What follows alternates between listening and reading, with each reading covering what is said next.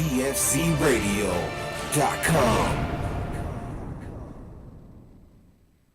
The cannabis portion of this show is designed as entertainment only for legal medicinal cannabis patients over 21 years of age and is not meant to encourage any other activity or use. Yeah, dick.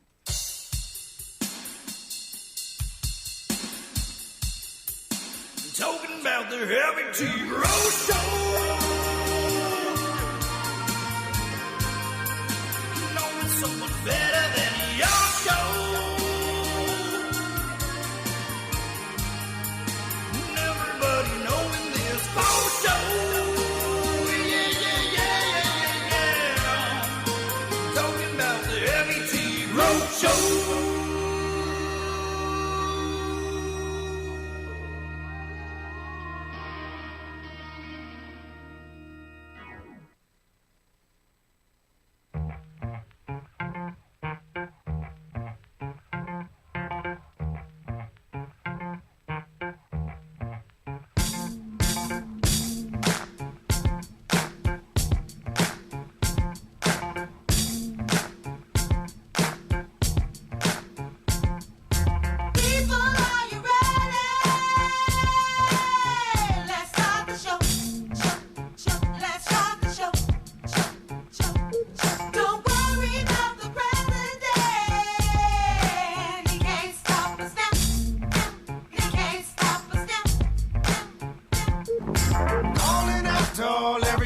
We gon' make this shit happen right here, right now. Calling out to all area crew. We gon' make this shit happen right here, right now. Calling out to all area crew. Yo, what is? Heavy T's Grow Show is back! Send Dr. Duff. That's right. No Dr. Duff on this broadcast any longer. What the fuck, dude? Why are you back? In here?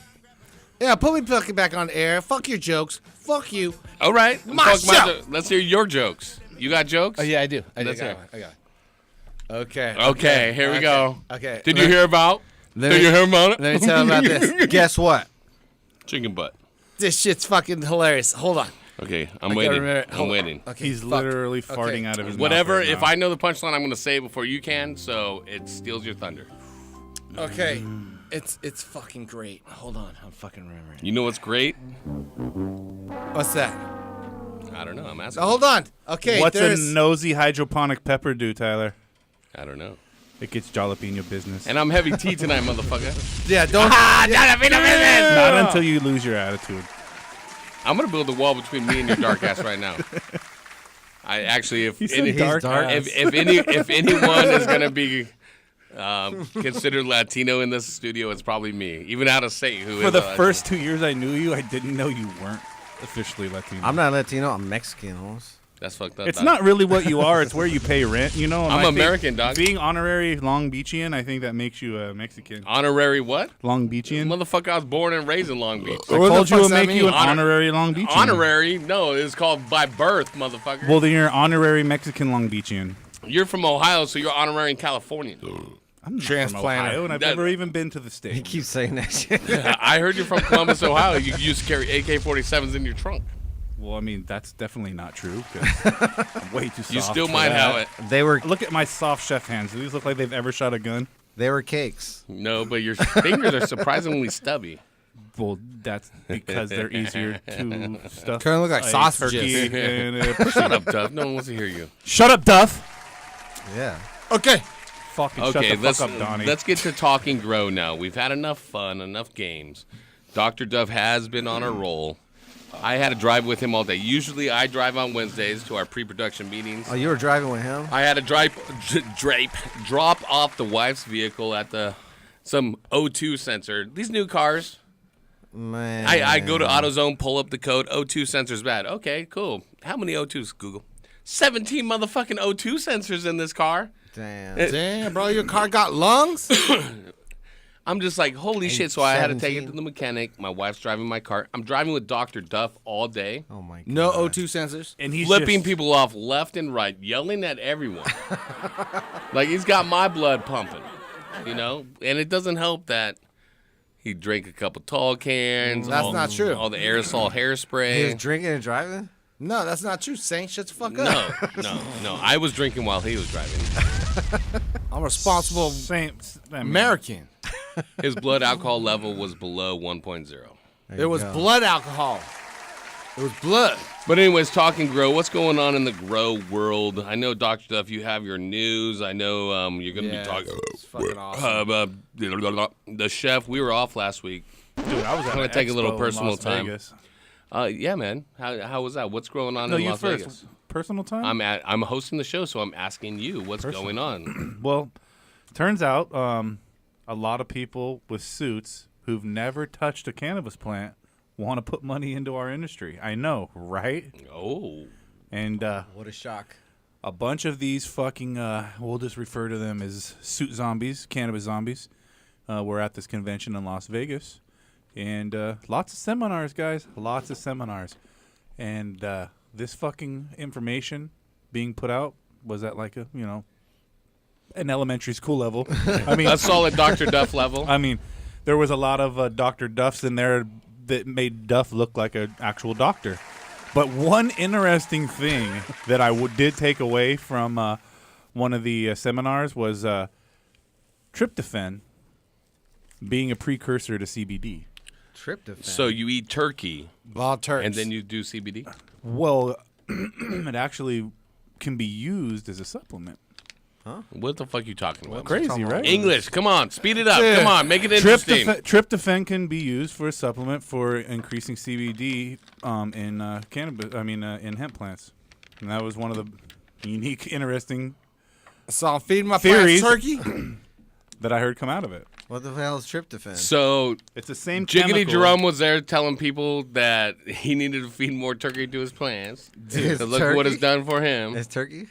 I, 'Cause you turkey guys, is full I of was tryptophan. That's why you was get tired. Just as blown away sitting there, and I'm That's a hormone they get feed to turkeys to fatten them up. I'm looking you over idiot. at Court from Emerald Jesus Harvest. Like, Christ. can you believe these motherfuckers are telling this to the audience? Right now? I can't believe Emerald Harvest is still around. Oh, what a dick! I mean, Shout out to my Emerald Harvest family. Oh, what are they selling? Cola, bro. Big Mike's Fucking leftovers. Turkey? What the hell? They're selling tryptophan. All right, let's go to the phone lines and talk, girl. Here we go. 562-653-0707. Call in to talk to myself, Marcos Poyos, whoever you want to talk to. You can ask for them directly. You want to talk to Saint? Yeah. Saint Diesel is here That's with right. 15 on his neck, That's 30 right. on his wrist. Wrist. You don't believe him? Bring the thing to check it. Check it. Even Bring though yo- it's green. And ain't green. Oh, let's see it. Let's see it. This is lime green. What? Oh, you ain't even wearing it tonight. I'm not rocking it tonight. Yeah, dog. We got to be careful over here. In the all streets good. of LB, we got to be careful, dog. Nah. I've never seen you without a hat on, man. You got like one of those Carlos Boozer heads with his weird lines in your I'm head. an ugly aren't you? motherfucker. I've been wearing hats. I've been wearing hats so long. I got like a fade. I got like black people hair. It's crazy. You got like creases in your dome, homie. You got wave? Damn, Feet homie. my way. Feet my way, fool. You are lucky that you have hair. Because if you were a This bald ain't no motherfucker, waves. you would have a fucking funky looking bald head. But I'm definitely grateful I have hair at 36 years old. Damn, you're 36? I did not know. Oh, man. I'd be gone by his Age, 40. I thought you was like 40. Thank you. It's, because I have high blood pressure, diabetes, and a wife who grinds my ass every night when I get home. Well, Oh.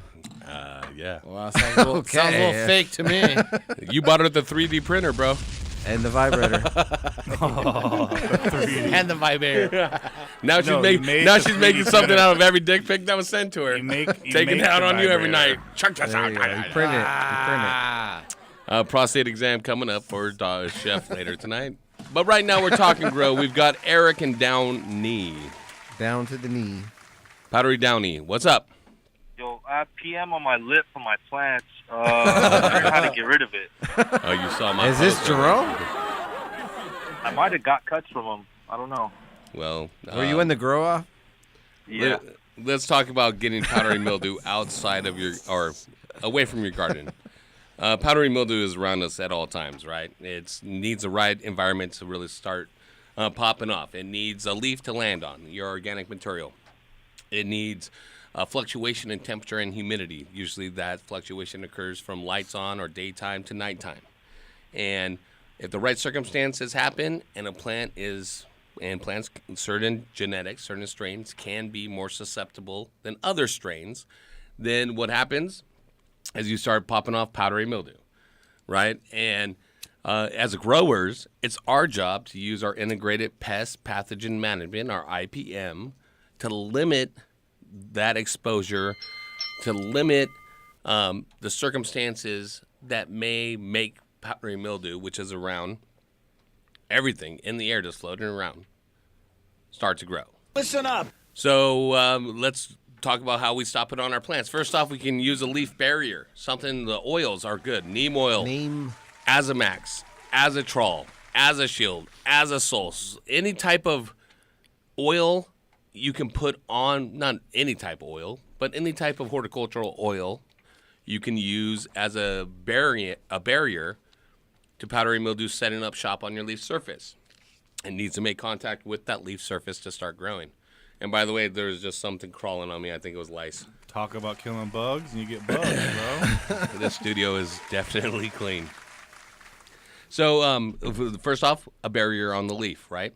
Secondly, environmental. Limit the fluctuation of lights on, lights off, relative humidity. You don't want it over 10 percentage points. Also, limit the fluctuation of temperature. You don't want it over 10 degrees. If you can stay within that 10 and 10, we call it a 10-10 barrier, basically, that you will not, you will limit the exposure of powdery mildew. Secondly, or thirdly now, try to mitigate, if you're having trouble with powdery mildew, to mitigate it by getting genetics that seem to be more susceptible to it out of your garden. Hell yeah. You may want that super special cookie helmet hair haze Helmet hair. that Dr. Duff has, but it's just got Helmet powdery hair haze. mildew call it every Triple single H. time. Even next to plants that don't get it, it's just over there looking like a flocked Christmas tree. Just keep that out of your garden. Keep that away from everything and limit the exposure that way. Yeah. Other ways to do it, other ways that I like to use are isopropyl alcohol, products like plant therapy, products like green cleaner you can use as a preventative, which will dehydrate any type of fungus or mildew that may be on the leaf surface trying to start to grow. But I use sulfur vaporization as my go-to powdery mildew, fungal, antifungal measure in IPM. I have a product. Shut the fuck up. That the sulfur, it coats everything and basically suffocates or kills any type of fungal or mold, mildew, or anything. It's non-systemic, and it's only to be used in veg and up to the first 2 weeks of flower, so you don't ruin the flavors and the terpenes and everything that you have with your your cannabis plants. A lot of those products you mentioned also happen to be dual on purpose. So, for instance, the Azamax, he said, or the insect killing alcohols, those will work good on powdery mildew and insects. Yes. So in the case of those, it's if you're going to be doing integrated pest management, those are most of the time kill on contacts. A lot of those aren't preventatives. Right. It's important to know the difference between a kill on contact for The powdery oil mildew will and a be preventative. preventative. It's 3 right. to 7 days. Right. Now The isopropyl alcohol is gone immediately. but like 24 hours. which you didn't mention was also a insect killing soap too, not to be used for preventative, to be used on kill on contact. But like the oily, the leaf shine, the sheens, those are the ticket right there because it's dual purpose. Environmental, plenty of airflow too, because spores need some rest time. They need to be able to land on the leaf surface and start growing. If you have plenty of airflow, it blows them right away, keeps them circulating. Look for microenvironments in your grow room, your grow tent, whatever you're growing in, where you have a plant pushing up against a wall. You have two plants pushing up together. That limits the airflow. The temperatures get hot, the humidity gets higher in those areas, and that's usually where they start growing. And I wouldn't be doing my job if That's why pruning is so important. I didn't mention a dust room. That's the end of the show. That was funny. Come Yeah. on, that was funny. Come on. Okay, not again. Just a shot out to Horty. I couldn't help it. He's listening for sure. It's what he would have done. It's what he would have Next done. week's my birthday. Should I show up? The Hardy Apocalypse. Remember Yeah, those? tell him come down. Yeah, he was awesome at one point, and then he wasn't. Just saying how awesome the Hordepocalypse was that year. It fell on the same time. All that stuff that you said off the air about him is true. I can't believe you said that. Dude, I mean, I'm sorry about him and all Horty's those a great children person. that he I can't believe carries you in his talk about garage. No, that's messed up. Those aborted babies in the fucking he has a garage. large constituency that listens to this show. Exactly. You Well, better then chill tell out, You better bro. be careful what the fuck you say. Tell love him Horty. to let those poor kids go. All right. So there you I love go, Horty. He's a great Eric guy. and Downey. And if it does get on your lips, swipe it off, man. Swipe it off. Okay, Jiggity Jerome is the master, though. That's how he gets his weight up, adding mildew to everything. And he called into the Farm to Table Cannabis show tonight. I'm sure he did. He should call in right now. 562-653-0707. 0707. We have wide open phone lines. Let's do this. What do you even say to him? 0707 562-653. Dr. Duff, 07. you want to steal everyone's thunder. Yeah, fuck yeah, I got a product for that guy that just called in. All right, let's hear Okay. about it. Stop yelling. Okay, I get a little angry when I don't get my product out so I can back sell it. to You know, there. and people try to like go over my product so I can't sell shit. Well, this product that I got is called As a Whole. Okay? As a Whole takes care of your plants. It's the strongest shit out there. You spray it on your shit. Stop saying shit. Why? Why? As a Whole? Because Are you don't need using to it? curse every 5 seconds. Oh, so you're just like the leader of what I sell, huh? As a Whole. Check it out. That product works. Everybody else is as a butthole, okay? But my As a Whole works the best. As a Wholes, check it out. Support me. I need money. And As a Whole works. Because I'm Duff, and I know it works. Thank you. Thank you for your support on the Hefty's Grow Show. Thanks for letting my voice be heard. Appreciate it. All right, thank you so much for calling in. You get some mission fertilizer. Well, you guys, I think we're being robbed. Oh, no. I can't see. It's a dark corner over there. Oh, that's It's fucking dark. Can't see that shit. what do you got to give out? Get on this microphone. The onk's up in Hold on, here. let me pull Oh, a chair out. Hold on. We just got visited by a reverend. The Reverend.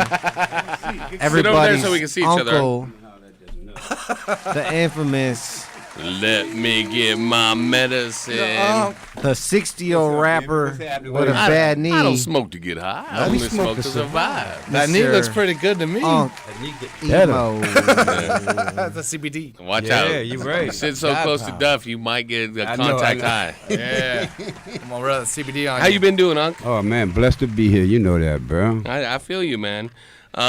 Yeah, so guys, this is unexpected, but Unc Emo is in the house of Reverend Herb. He hosts the Reverend Herb Show right here on DFZ Radio on Thursdays. A new start time. What's the start time? 4 to 6. 4 to 6 for those East Coast listeners. Exactly. Pacific Standard Time. Getting at you now, Unc. I seen with your show and with what's going on that you're getting a little bit more active in the political realm. I don't know if it's a little more since I've known you, because you have been an activist for a long time, ever since Vietnam. Yeah. Well, especially since Katrina. Yeah. Well, tell us a little bit about what you're talking about on your show. What it pertains to herb, music, and life in general. Right. It's all about marijuana. My main goal is to open it's not a church. I want to call it a house of herb. Well, we're going to use marijuana to heal folks. We want to use marijuana to get them off of alcoholism, drugs, and pills.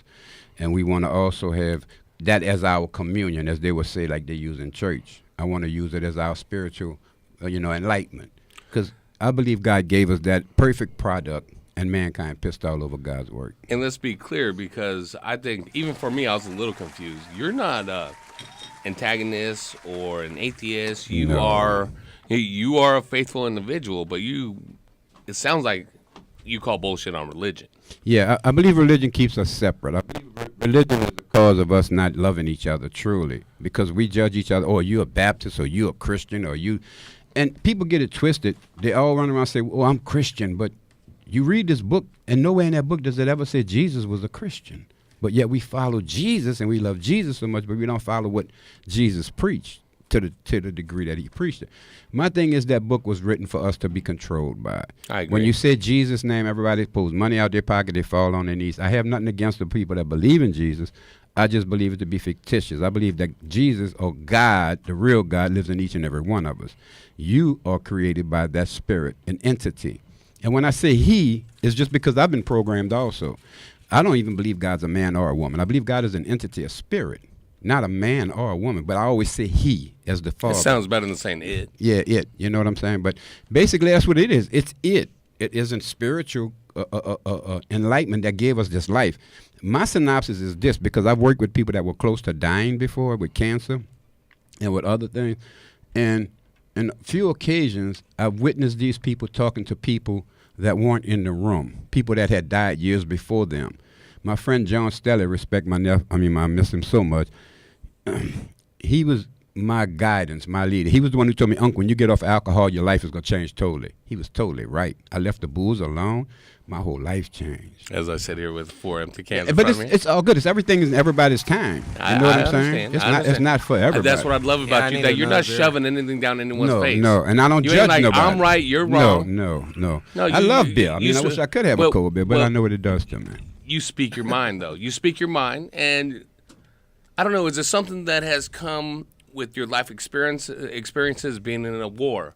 You know, being close to death, having people as you get older pass away. Because as you get older, you know, you're around, you're going to have people close to you pass away. Exactly. And is it something that has gone where this is something new to you as you get older, or have you always been someone to be able to speak your mind and stand on that proverbial soapbox? I always fought for what's right, basically. I never made it as much politically and as loud as it is now, because there's so many people that I address when I do make comments. Your soapbox is a lot bigger now. Yeah, too. and I have to be very careful. You got to be careful what you say. You don't want to insult and hurt people, but you want to be honest. And I don't want to pull punches and tell you, I believe in Jesus if I don't believe in Jesus. I mean, I believe Jesus was a man, just like Bob Marley was a man, just like this kid was a man, all these other folks that were men.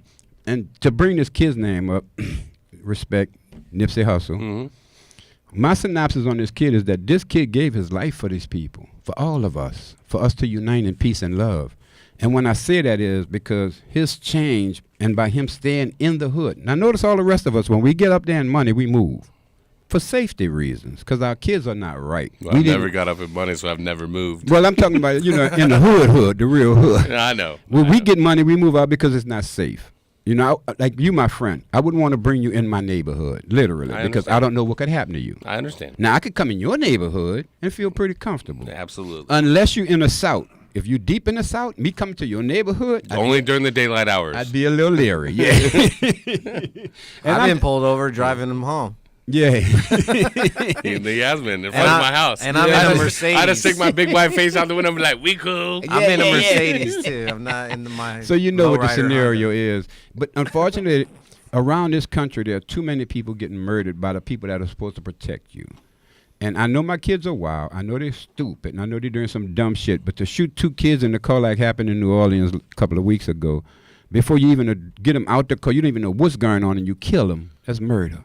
That's straight up murder. That's not what you were hired to do. Right. So I do speak for anything that I see that is unjust. I got in trouble in 2010, and this is how I got to be a rapper, Neff. Seriously. Okay. I moved to California in 2009 after Katrina. The flood, the Earl spill hit Louisiana, if y'all remember when that Earl spill fucked all the waters up.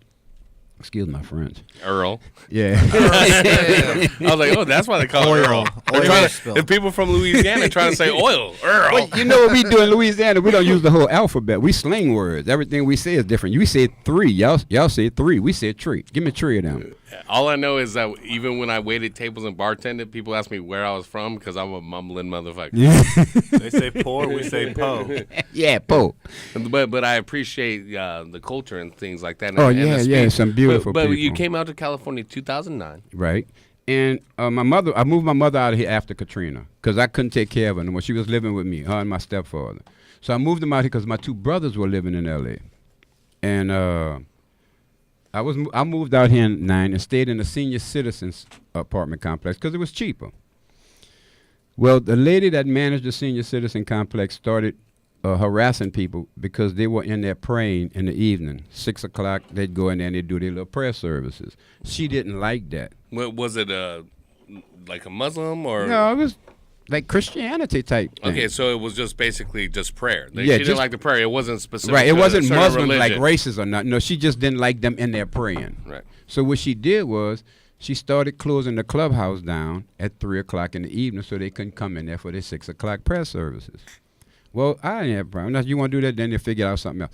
But then she really got evil. She started closing it for the holidays. For Christmas, it was closed for 2 weeks. Wow. This is the only thing these people had to go unite and sit in and meet each other and socialize. And Why these are senior citizens Yes. that may not drive anymore. Exactly. Are on a fixed income. Exactly. All And this- they need each other's friendship. And So my stupid ass, go ahead. my stupid ass wanted to help him. And before I did anything, my mama said, son, think about this. You're going to get your ass in trouble. They're not going to renew your lease, and you're going to have to go bring your ass back to New Orleans. I said, mother, let me tell you something. I said, if this was happening to you, I would hope somebody would fight for y'all. That's right. So I'm going to stand up and I'm going to fight for them. But what I did was kind of ignorant. I'm an ignorant SOB. I got PTSD. Oh, man. I'm a Vietnam vet, 100% disabled Vietnam vet. So I took it upon myself. What you do, Unc? I took a marks a lot and wrote on every wall in my apartment. No. Every wall. These people are effing over these old people. These people need their socialized time. I wrote every wall. I put something, except for when I got in the bathroom, I did something very stupid. Oh, you didn't mark out with your poop, did you? I wrote on the wall. No, I didn't do Dr. Duff shit, all right? That's what I want to do. Smear some shit. I wrote on the wall, sometimes I feel like burning this bitch down. Damn. Why did I put And they that called up the there? Pope. No, that they didn't call the Pope. What I did, I left my door chain on my door and left it cracked. You know, you put the key in there and you put your little lock on it. So I left it cracked. And I just left. So it took like a day or so before they realized I wasn't there. And the police came and kicked the door in, trying to see what happened to me over there. Because I called the VA hotline. And I told them, I said, I can't take this shit no motherfucking more, man. I'm on my motherfucking mind. And I stormed out and I just left. So the VA sent the police to come see what was up with me. I went and go homeless for it took me 3 days. I went homeless for 3 days and stayed down at the train station. Just to let you know how fucked up it be.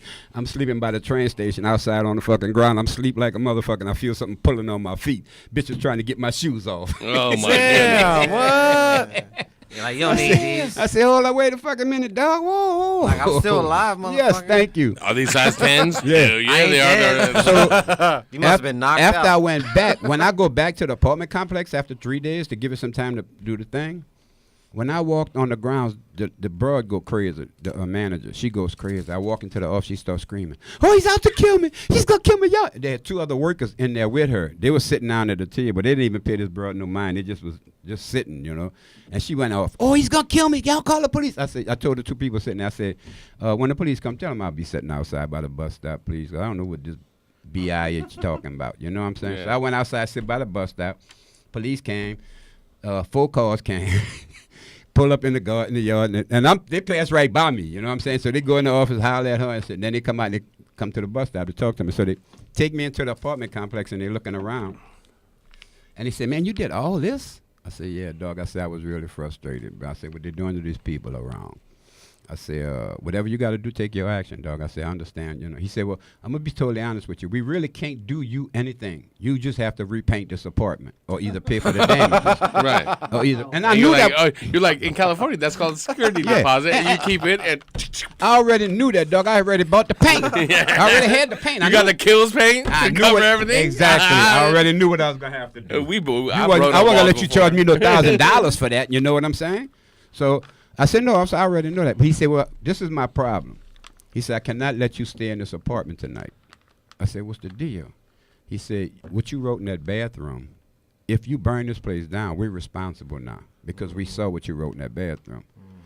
I said, also, it was just in a moment of anger. I said, I swear to God, I'm not going to hurt nobody. I ain't about that kind of stuff. He said, even though that may be true, we just can't let you stay here tonight. So they handcuffed me, took me out, and she was over there by the department. She was like cheering her fucking ass. So she was happy as a motherfucker. Yeah. They handcuffed me, took me out, got outside the gate, and cut me loose. It's all show. So she This is wouldn't an renew my escort. lease. I had to go back to New Orleans and show y'all God got power. Now, this is 2000, really it was 2010 when I got put out because I moved in 09. It was 10 when I got put out. That year, I was going to turn 61, all right? I go back to New Orleans in August of that year, 3 months before I make 61. If I make 61, that song, the one that made me, I'm a 60-year-old rapper with a bad knee. Would never flow coming out as I'm a 61-year-old rapper with a bad knee. It would not flow. No word. God, man, the power of God is crazy, dog. I'm not a rapper, literally, but I mean I write music. I meditate and I let God give me what I need to put on that paper. That song for Get High is strictly for veterans committing suicide. That's all that's for. I've seen it. I've seen it live, and that is part of the showmanship that you bring and the activism that you bring. Coming back to the Reverend Herb show and what we're doing over here, it correlates to everything that you're talking about. Is that you've been down and out, and you talk about it extensively. I mean, you had substance abuse issues. You just talked about sleeping at a train station. And it doesn't resonate for everyone out there as far as those experiences, but what the communal value of cannabis is and what it helps people in whatever circumstance. Whether you're stressed out because your family is putting the extra pressure on you to be all-world soccer player or all-world SAT taker. Or job pressure, because, anything. All life pressures, right. Life is a motherfucking pressure cooker. It don't matter what circumstance you come from.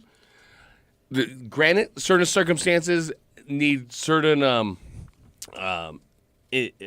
certain things where it's more immediate that you need to be, boom, on point. But at the end of the day, life is a fucking hell of a fucking roller coaster ride no matter where you come from. Exactly. And cannabis helps get you through. And it's a learning experience. We all learn as we go. As we get older and older, we grow. We learn things that we should and shouldn't do. The thing that did screw our system up was when you told men you couldn't spank your children no more. That was in the 70s. You had to, you telling me I cannot spank my kid. If my kid, a woman in Florida. No one told my parents. Guess what she did? I was in the 80s and 90s getting my ass I had spanked. a concussion my first day in kindergarten. She had 3 little boys, right, in Florida. She caught them breaking into the neighbor's house. She beat the fuck out there. Excuse my friend. She whipped their ass till it was damn near bleeding, right? Police come get her, put her in jail, try to get this woman 10 years in jail now. 10 years in jail for beating her own children. I can't beat my own kids. She said, if I don't beat them, you gonna arrest them, or either somebody gonna kill them. That's true. So I have to whip my kids. And that's how dire it is. Finally, thank God, through the pressures of the public, they finally released that woman and let her go. You know, but they were definitely trying to give her years. Well, and this is something in the inner city community. Exactly. Is the absence of fathers. Exactly. And the mothers taking on the roles of the fathers and the daughters. Let me bring this around, though. Bring it around to your boy Nipsey that you were talking about earlier. That he seemed to have, and I'm not as familiar with as you guys are, Saint, Unc, you. And, you know, maybe you can enlighten me. But what I see of what's coming through mainstream media is all I get out of it, pretty much.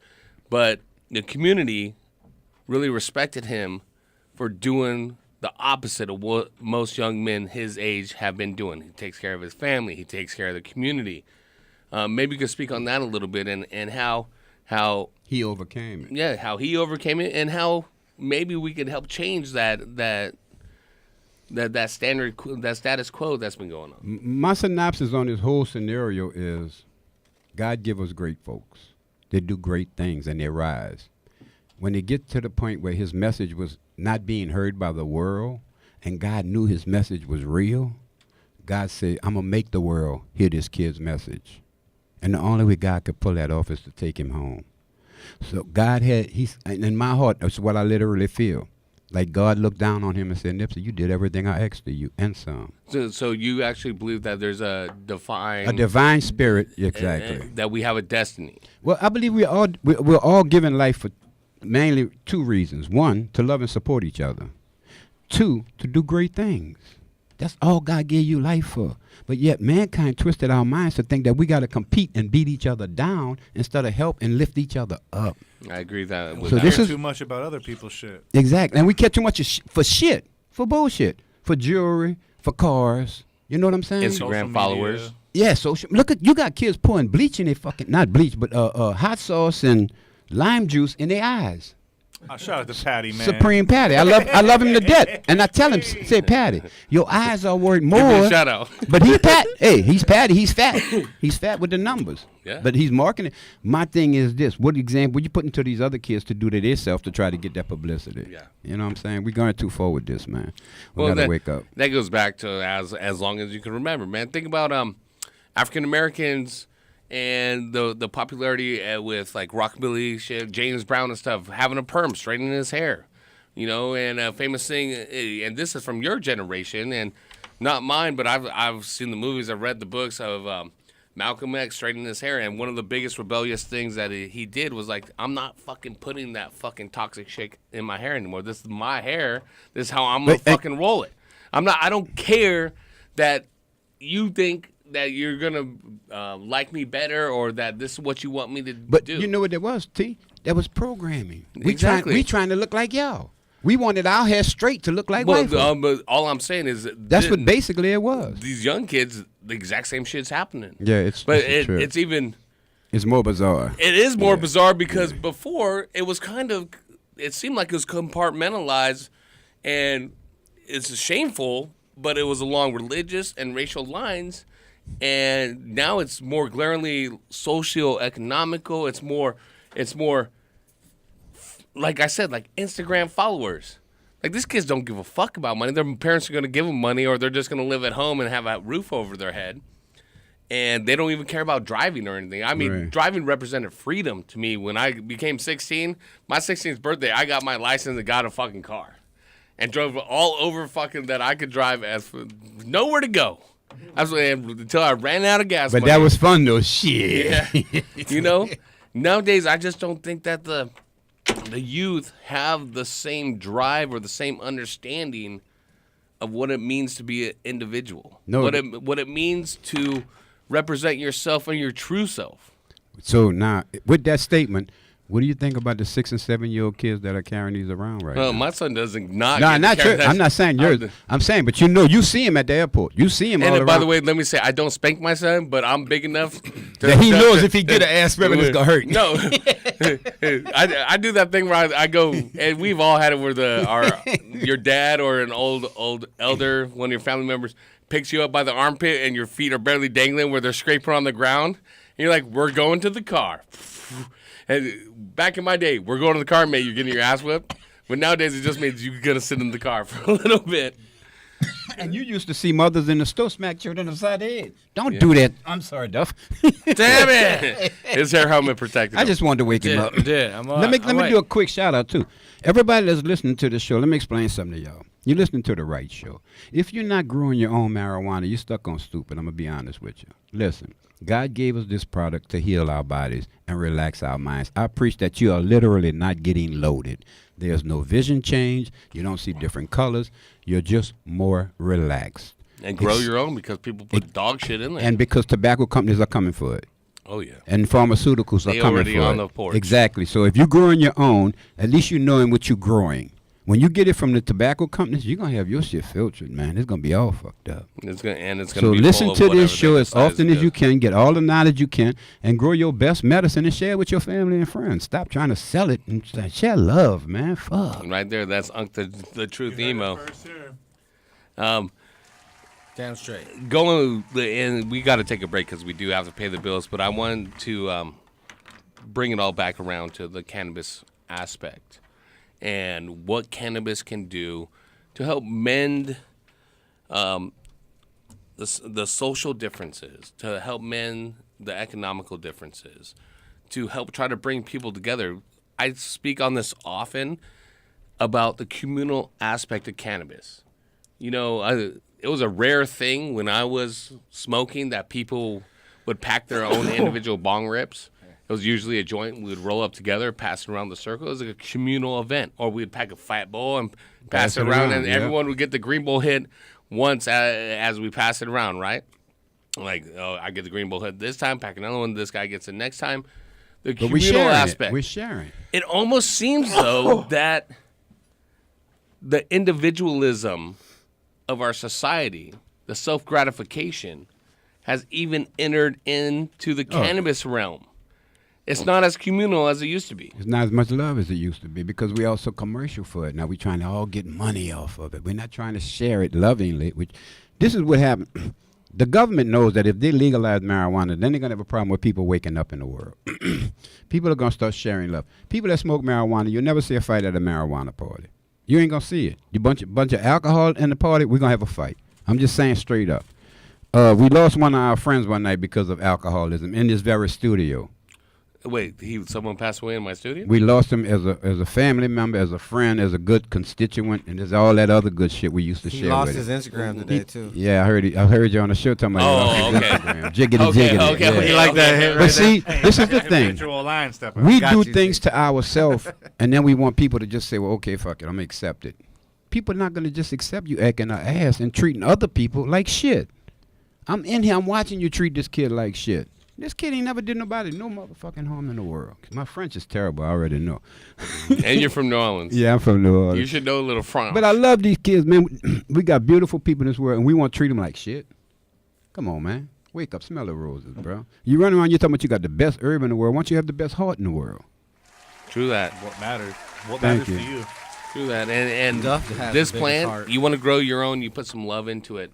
You be in your garden. Yeah, you do it right. I interviewed some of the top, most highly regarded authors and growers from the 70s and 80s on here, and they straight set and told me I disagree. That they disagree. They shouldn't go in a grow room once during the grow. Shout out to Ed Rosenthal. And I was just like, oh my God, fucking Ask Ed is just fucking saying all the wrong shit. But I can't tell him that on the air, and I can't be that way. But what I can do each and every Wednesday is try to make people grow better, I think, and help them grow better. Send them a little gift, their prizes, get out there. And shout out to you, too, because you're always giving out good gifts, man. You really do. For real, though. Yeah, you really do. We've been doing it for almost 10 years now. Shout out to your sponsors, too. Shout out to all your sponsors. It's impossible without them. But exactly. And speaking of the sponsors, I got to pay these bills. Do that, baby. Let's talk a little bit off air, too. We're coming back. We're talking grow, 562.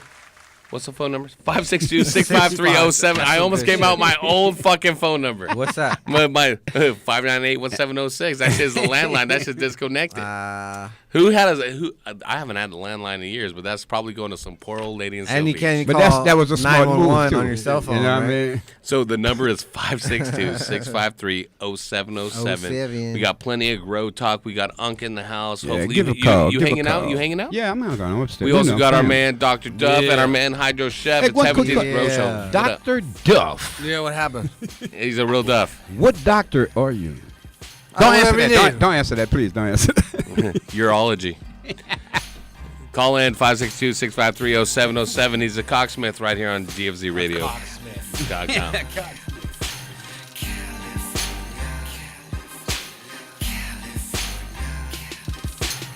7-7 L code, riding down the west coast. Candy paint dripping cause I just got a fresh coat. California raised me, an LA baby. The Chevrolet raisin, scraping on Dayton's, riding down Rosecrans. Get with the program, call me the drone man, the hydros potens. Got your eyes low, lower than the ocean. Just west coasting through the coast with the potion and the best dro to smoke. The baddest bitches, girls in bikinis with ass and titties. The hustle game easy, you just can't believe till you see me on TV. Drive down the wrong street, might see the tech smoke. Hop in the ride and let's go to the west coast. This life is like a movie. You meet a model bitch, then you fuck her like a groovy. California, California, California, California, yeah, the county of LA. California,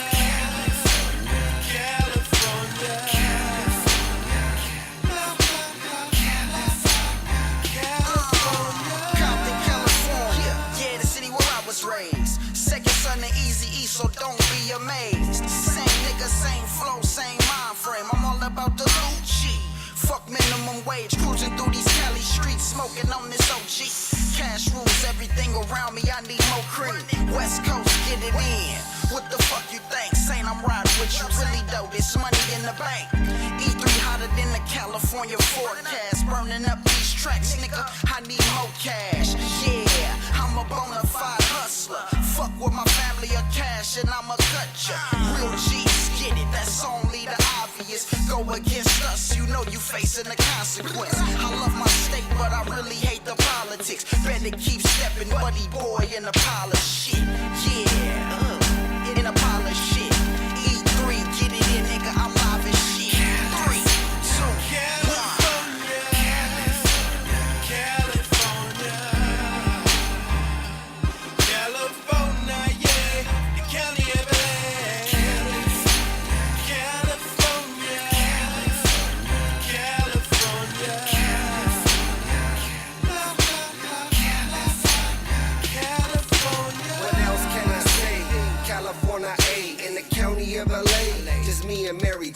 as the world keeps spinning, like gold 100 spokes, engine running, Chevy gunning down the coast, just let it roll. Who doesn't love to see a 6-4 hop down the block, banging Easy E and Pac?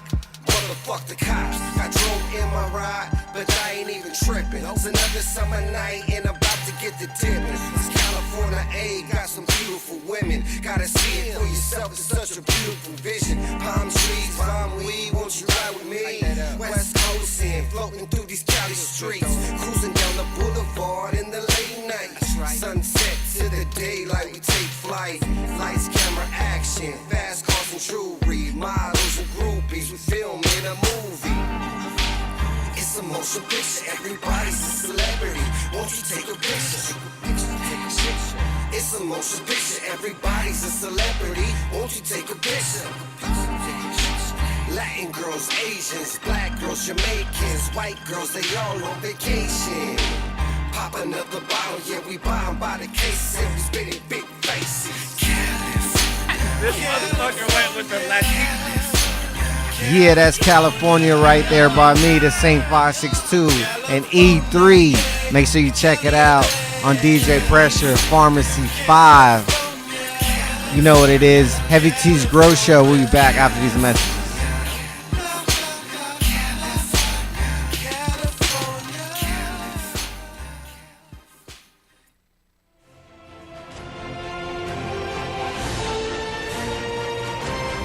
DFCRadio.com. So you're big time, huh? Yeah, kinda. Dr. Duffman here. Wanted to talk to you about what I wish I had in my garden. And that, my friends, is a Nanolux double-ended fixture, which is leading the industry as I speak in double-ended technology. I will no longer need 10 150-watt lights to cover my 5x5 area. With just one double-ended fixture from Nanolux, I can cover that area. Also, no more need for that pesky Richter timer of mine that goes off at all kinds of random hours. With Nanolux's fixture, it comes NCCS ready, meaning I can control it on my computer. So if you're like me and your lighting situation sucks, then upgrade to Nanolux's double-ended fixtures today, and don't be a duff man. For more information on Nanolux, check them out at nanoluxtech.com. That's NANOLUXTECH.com. Dilly Heavy T Grow Show. But dilly.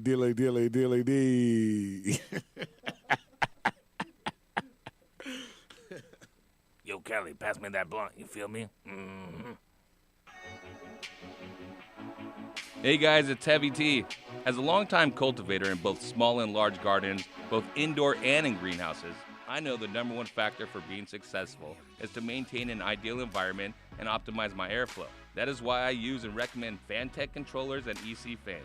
As the original inventors of the inline fan way back in 1974, Fantech uses the highest quality German motors and has revolutionary impeller technology. The EC fan creates the most efficient and powerful airstream of any fan in its class. And with the new Aeolus controller, maintaining the ideal environment has never been more simple. The Aeolus, with a variety of modes, allows me to control my exhaust and intake fans along with my dampeners from one easy to set up and use interface. And with the two expandable channels, I can maintain temperature set points in two separate spaces. So whether you're a hobbyist in your garage or a commercial greenhouse grower, it's simple. Use what the pros use. Use the Fantech EC fan and Aeolus controller. And if you're a retailer, contact Rambridge, Savant Plantech, or Garden Rebels Distribution and order yours today.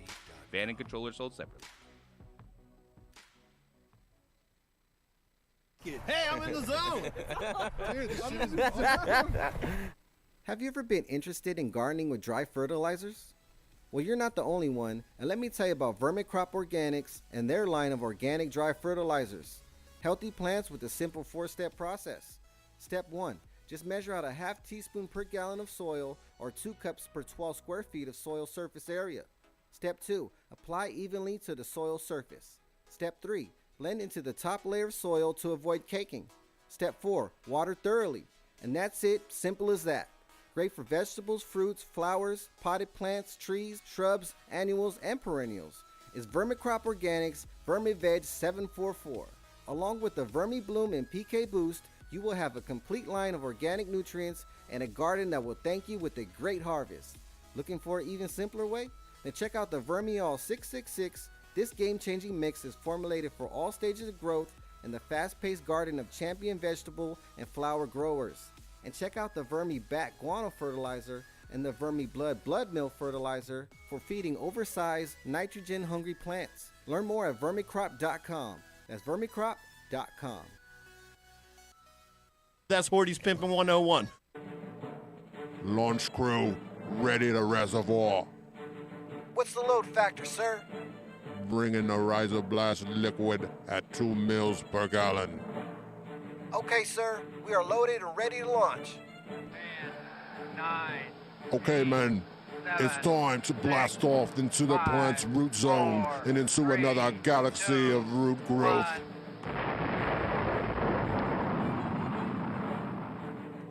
Rhizoblast is a proprietary blend of seaweed and the single-celled algae chlorella. Chlorella's abundance of amino acids and minerals contribute to its value in hydroponics.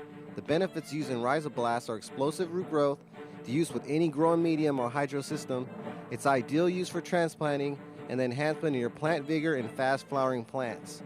Let your plants have a blast and see a world of a difference with Rhizoblast from Botanicare. Check it out at www.botanicare.com.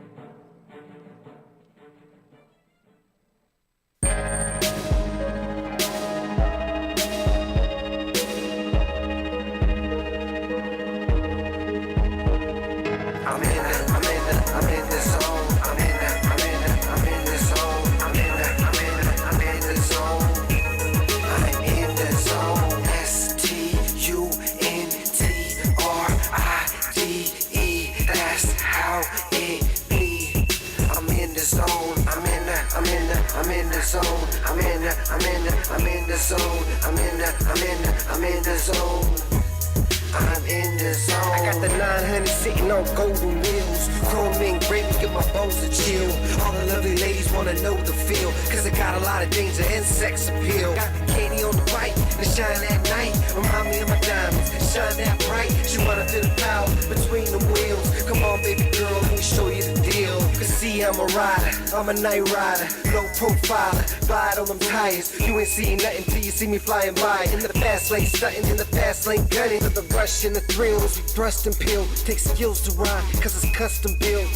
Yeah, right down the highway. I'm in my zone, get out of my way. I'm in the zone. I'm in the zone. I'm in the zone. I'm in the zone. STUNTRIDE. That's how it be. I'm in the zone. I'm in the zone. I'm in the zone. I'm in the zone. Full throttle off the jump, I'm in control. Can't nobody stop me when I'm in my zone. Check the paint and chrome, inside and out. Switch your lanes as I roll. I think I take the side route. I'm running out of road. I think I'll fly south. I'm running out of dro. Yeah, this is rider season. This for the riders no longer breathing. Now is it the lifestyle or the way that the pipes sound that drive these ladies crazy? The revving of the engine, got the head spin. Ain't no telling where we go when we hit the road. Might be Las Vegas, Venice, or Melrose. Or we can hit the coast and take a little trip down to San Diego. I'm in the zone. I'm in the zone. I'm in the zone. I'm in the zone. STUNTRIDE. That's how it be. I'm in the zone. I'm in the zone. I'm in the zone. I'm in the zone. I'm in the zone.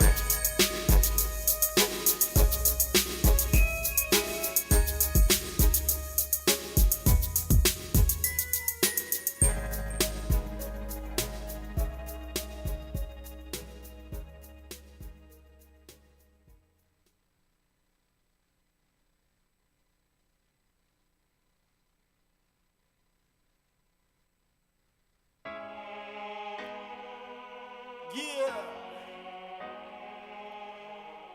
Naps. Knock off. What up, Saint? And we hustle. Hustle hard. Team ADX anthem. Hey, oh, what these niggas want from me? Haters wanna eat now, you never get lunch from me. Get off my tailcoat, get off addiction. Team full of mean niggas, team green like it's Listerine. Don't cross the squad, man, we get them off, man. We on the front court shooting, you just a ball fan. I'm on the top back, y'all do it all bad. Grind on the regular, tell competitors all bad.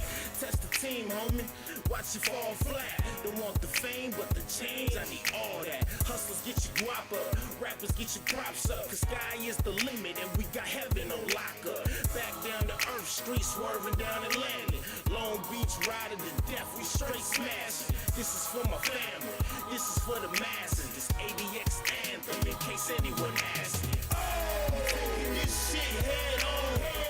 In the streets till 6 in the morning. Niggas don't want no rockets. Tell me who won it with these shots up, boys. We stay hustling. Catch me in the booth till the night. Streets holding tight. Grind for my life on a life. Niggas don't want no rockets. Bring the bullshit and we'll be dumping. Boy, we stay hustling. Hey, I rep my team, rep my city, and rep my scene. I'm down for mine, on the grind all the time, like overtime. I ride to the death, can't do it like this, so don't try to step. Can't move it like this, so don't try to test. Got shotters on the side of me, right and the left, cause we do it so swift, we do it so sick, and we ain't gonna stop. We got money to get, we got honeys to flip, got the streets on lockdown, so why would we stop now? We holding the spot down. Sour diesel Hennessy, a bad bitch next to me, ADX team going down up in history. Do it to the death of me, so ain't nothing left of me. Dumping off the weaponry, hold it down for centuries.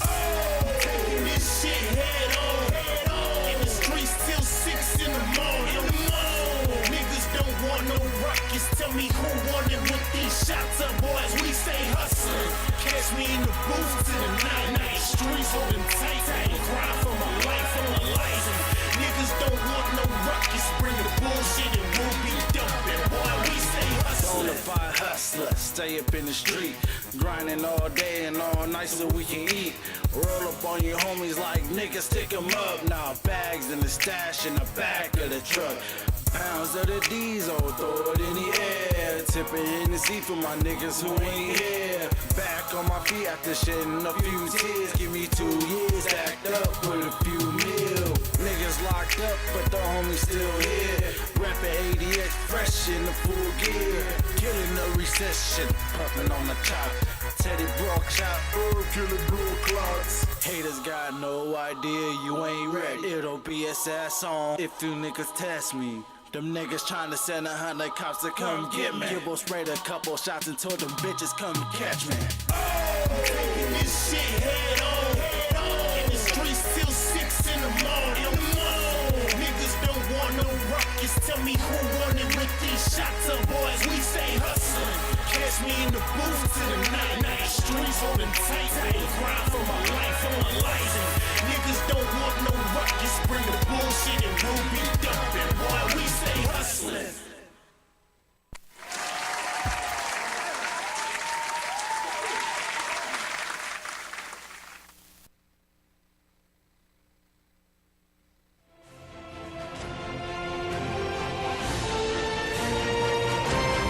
DFCRadio.com.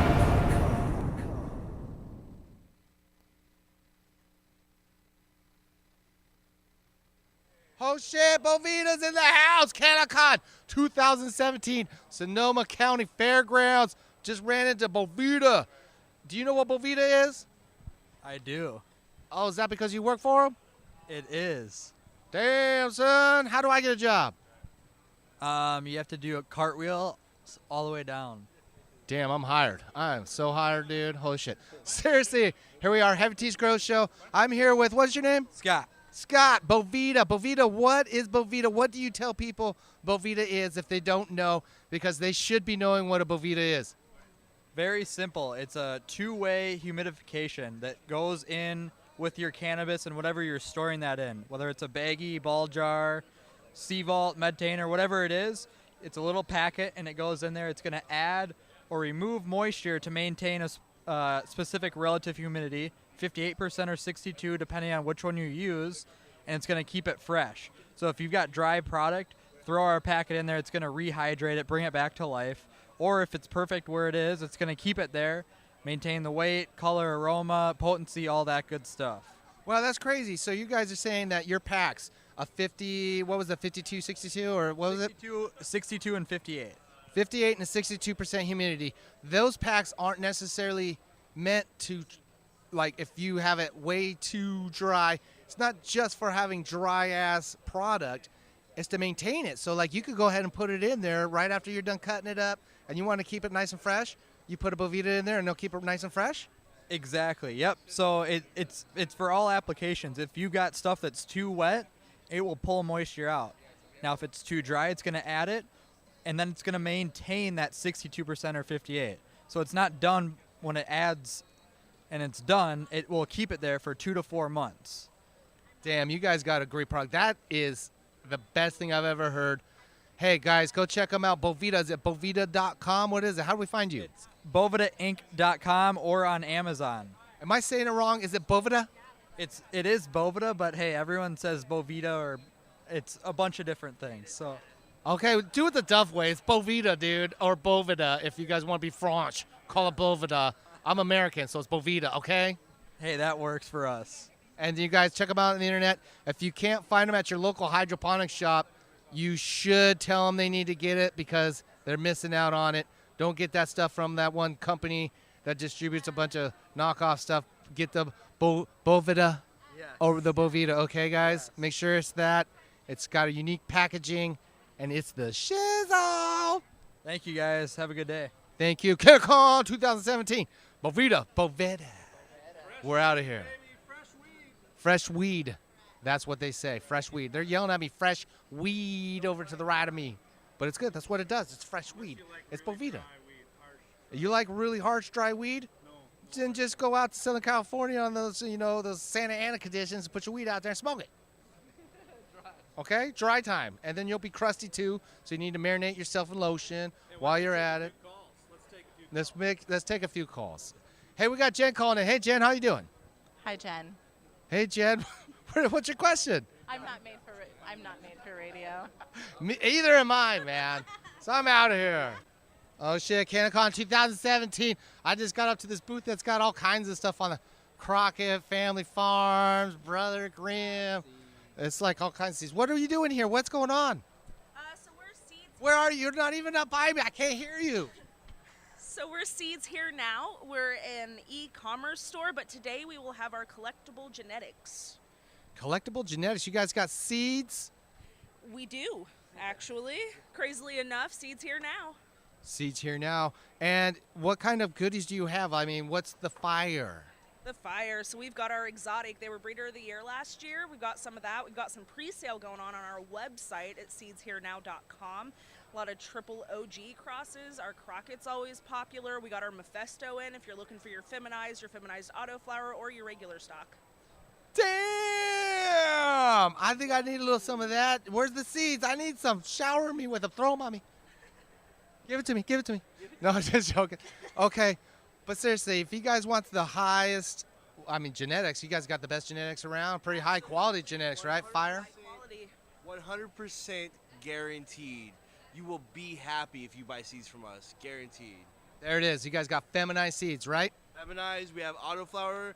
We have fem autoflower.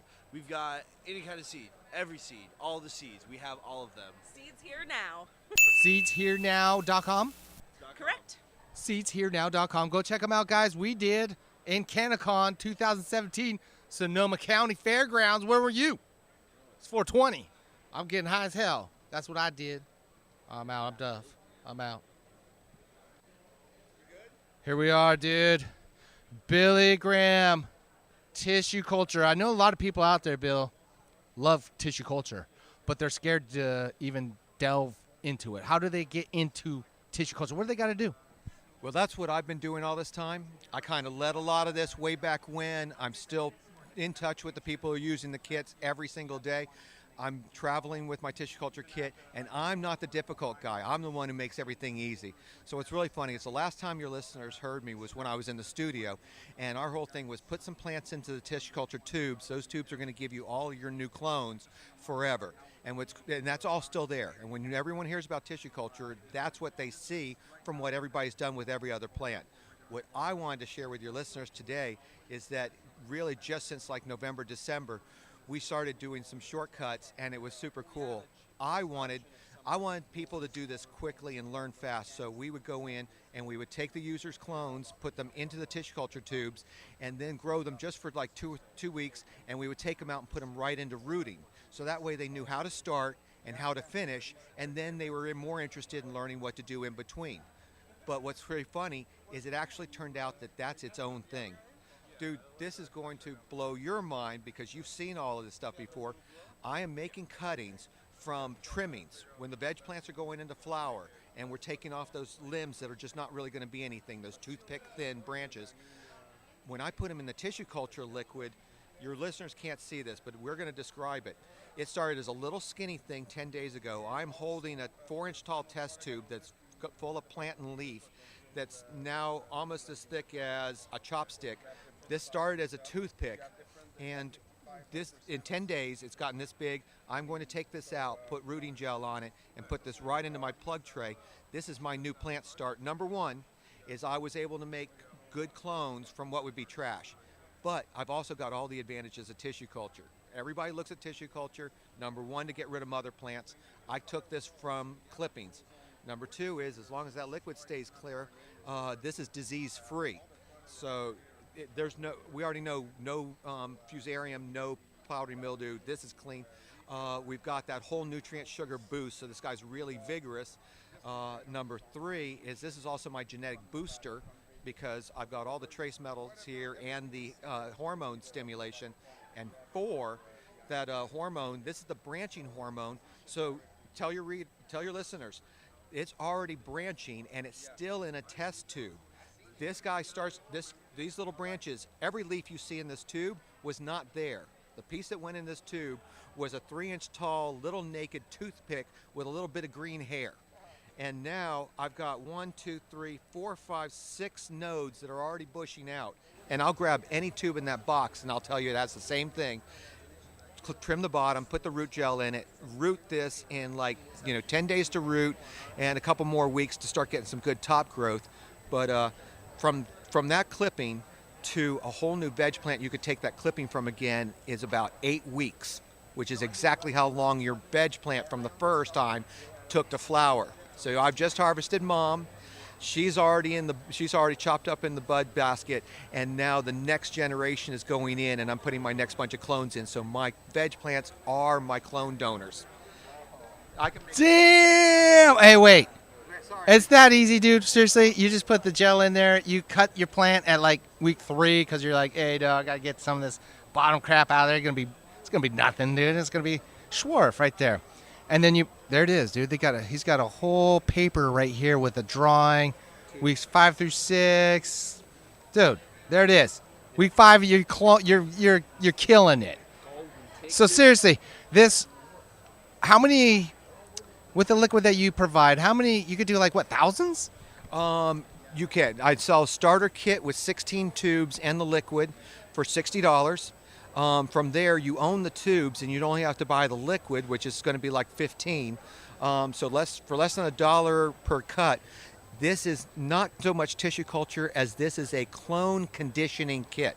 I've discovered a whole new step between cutting your clone and rooting your clone. Damn! He just blew our mind right there, dude. A whole new step. He's just thrown it in our face like, yeah, dog. It was that easy. I did that, no problem. What I do, man. I've got this in commercial sizes. I've got 1,000 tube kits. We can do any number of anything anybody needs, but the materials are prepared ahead of time. So you just buy bottles, tubes, and some of my special chlorine. And this stuff is so easy. I want to let everyone know right now, if you're putting this on the air in the area, we're at the Sonoma County Fairgrounds at the CanaCon. I am taking users' clones right here today, tomorrow, and Saturday. Bring me a 4-inch clone with the leaves cut off, about a 1/2 inch of leaf stem, and we will wash it and put it into tissue culture right here, and you can take it home for free. Damn, Billy Graham right now. Hey, guys, you're probably going to hear this a little late. Billy Graham would have done it for you when you hear this. He would have cloned it for you, dude, and put it in his little tube in his solution. And the solution is great priced, and you know what? He just knocked a whole step out for you, dude. He made it. Look at this. He's got a whole pack. Tubes are there. Liquids there. That's all you need. And Heavy T's Grow Show flyers right there. Billy Graham knows what's up. He's been a long-time listener, a huge fan. We're a fan of his. And we want to let you know, tissue culture is the future. Seriously. I mean, why else wouldn't it? It's not going to be the future, right? This is a tool that everybody serious about propagation and serious about plant cleanliness and quality should include in their garden, even if you're a 16-plant garden. Boom, it's right there. We put 20 cuts in. Hell, I'll double them up in the tube. Bang! Now we got 32 clones in 16 tubes. Okay, maybe we lose 1 or 2 to contamination, but I still got 14 good tubes. 16 tubes giving you 28 clones. Damn, player. That's what's up. Take that to the bank and cash it, player.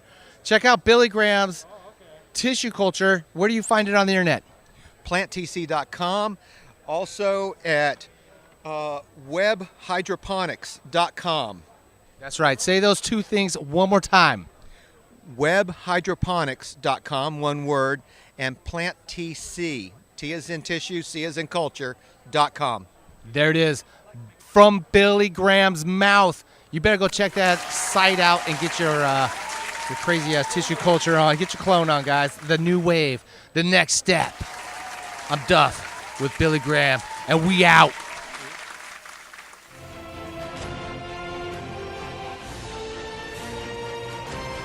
DFCRadio.com.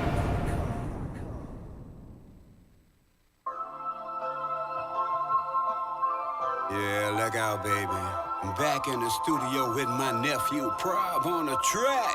Bringing that heat again, baby. Shout out to my nephew Snoop for showing so much love to an old cat, baby. Thank you, Neff. Also 98 to the beat for the love and support. Look out, LA, I'll be back, baby. I don't smoke to get high, I smoke to survive. Let me take my medicine. Yo, what is?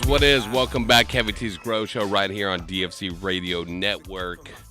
562-653-0707. You want to get hooked up with the grow equipment and talk grow with both me, the chef, and... Well, Duff isn't here. Duff isn't here. And we do have guest pimp of the evening over here.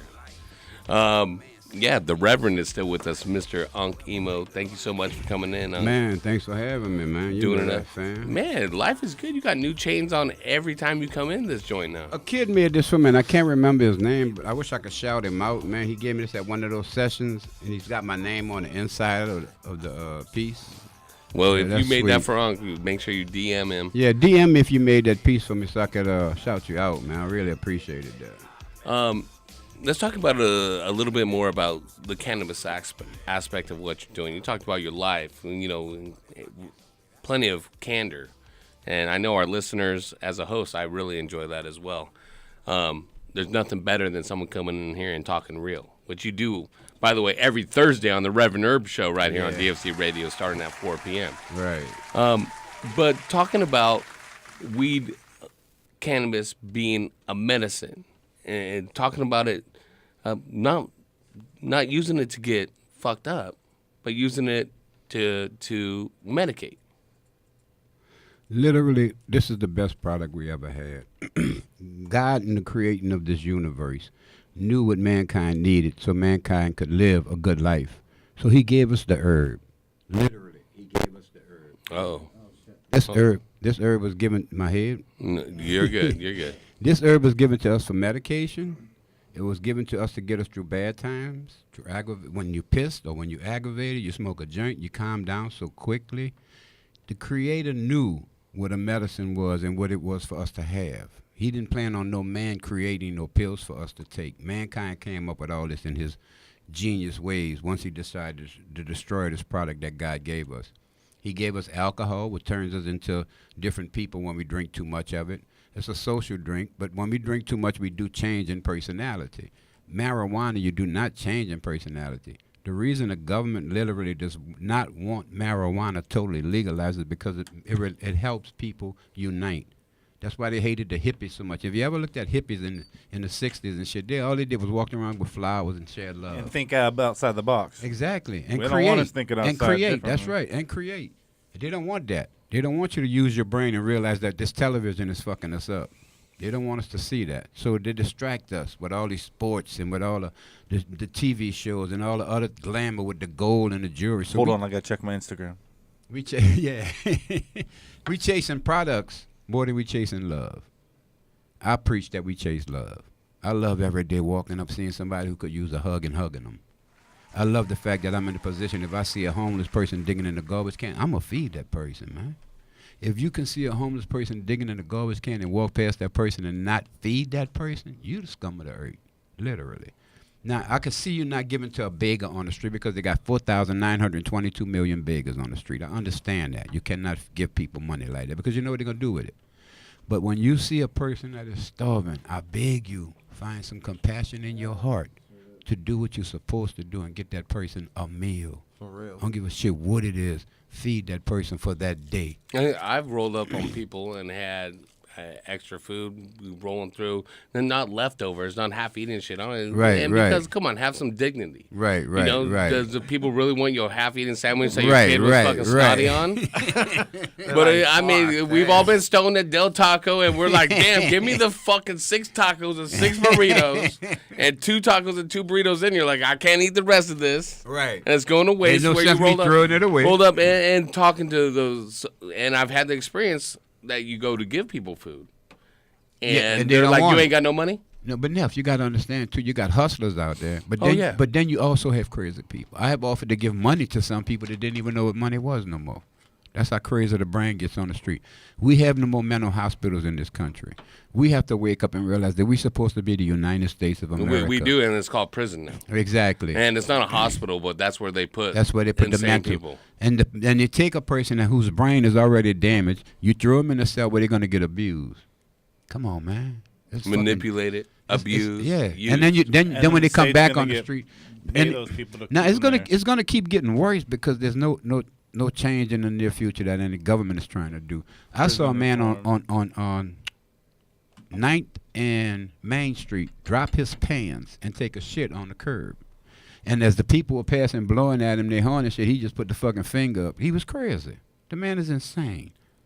And that's what you're going to have in this city. What they're not reporting on is when these crazy people go off on people and do acts of violence. Right. Yes. They're stabbing people sometimes. Right up the street from my shop in Long Beach. The 7-Eleven, a homeless dude was denied money and threw gasoline and burned to death someone in their vehicle right See there, what less I'm than a saying? half a block away in Midtown Long Beach. How much not downtown. How much coverage did he get? None. Thank you. See, that's what I'll tell you about what the television does and what the programming does. They programmed so good they programmed us so good with the television, they decided to make sure we could take it with us everywhere now. And that's all we do. We got these phones. We wake up in the morning. First thing we do, reach for our phone. Last thing you do in the evening, fuck with your phone. We are controlled by this system. I am controlled by this system. We all are. There's no getting around that. And they make you pay for it. But Unc, there's also a way for the woke, and that's so overused, but I'm going to use it now anyways, the woke to manipulate it to get their message out. And let's be honest. Exactly. You do a podcast with video representation of your show. Right. That's distributed, that Right, people exactly. can consume. But you're using that same medium that you're preaching against to put your message out. Exactly. Is there a little bit of dichotomy for you where the push and the pull, the yin and the yang for you in that, or the hard part is trying to tell people not to do what you're doing. Don't get hooked on the social media. Don't be all on your phone all day and don't do this and that. And then you do it. It's hard when you do that. It's hard like when I tell people don't eat bad food. Try to eat right. And yet I catch myself sometimes snatching like a fucking... Oh, we destroyed some chicken wings before. You know what I'm saying? And I'm preaching to you to eat better. Oh, yeah. But what I look at is the positive when I do make I work hard at it. I'm not perfect, and I'm never going to be perfect. And I don't think you're going to ever be perfect. Yep. But I tell you, you can make changes that's going to better your life. And what made me really work harder at is when I read things and I see things to come to light to the truth. This guy, Dr. Sebi, preaches about the food that we eat. Yeah. And some I'm going to talk tomorrow about on my show about what my synopsis of what really happened. Break it down. And that thing with Nipsey and stuff. And it's going to be kind of deep in heaven. It's my thoughts on what happened. But my thing is, he said that you got to eat food with seeds in it because they're giving you food that they are creating literally. Right. So I go to the store and I'm trying to find grapes with seeds. I can't find them. They took all the seeds Take out all of the food. seeds. They Yeah. bred them out of watermelons. It's They fucked, bred them man. out of grapes. It's fucked, dog. We're not eating real food no more. No, it just The tastes weed, like it. the weed comes from the seed. Mm-hmm.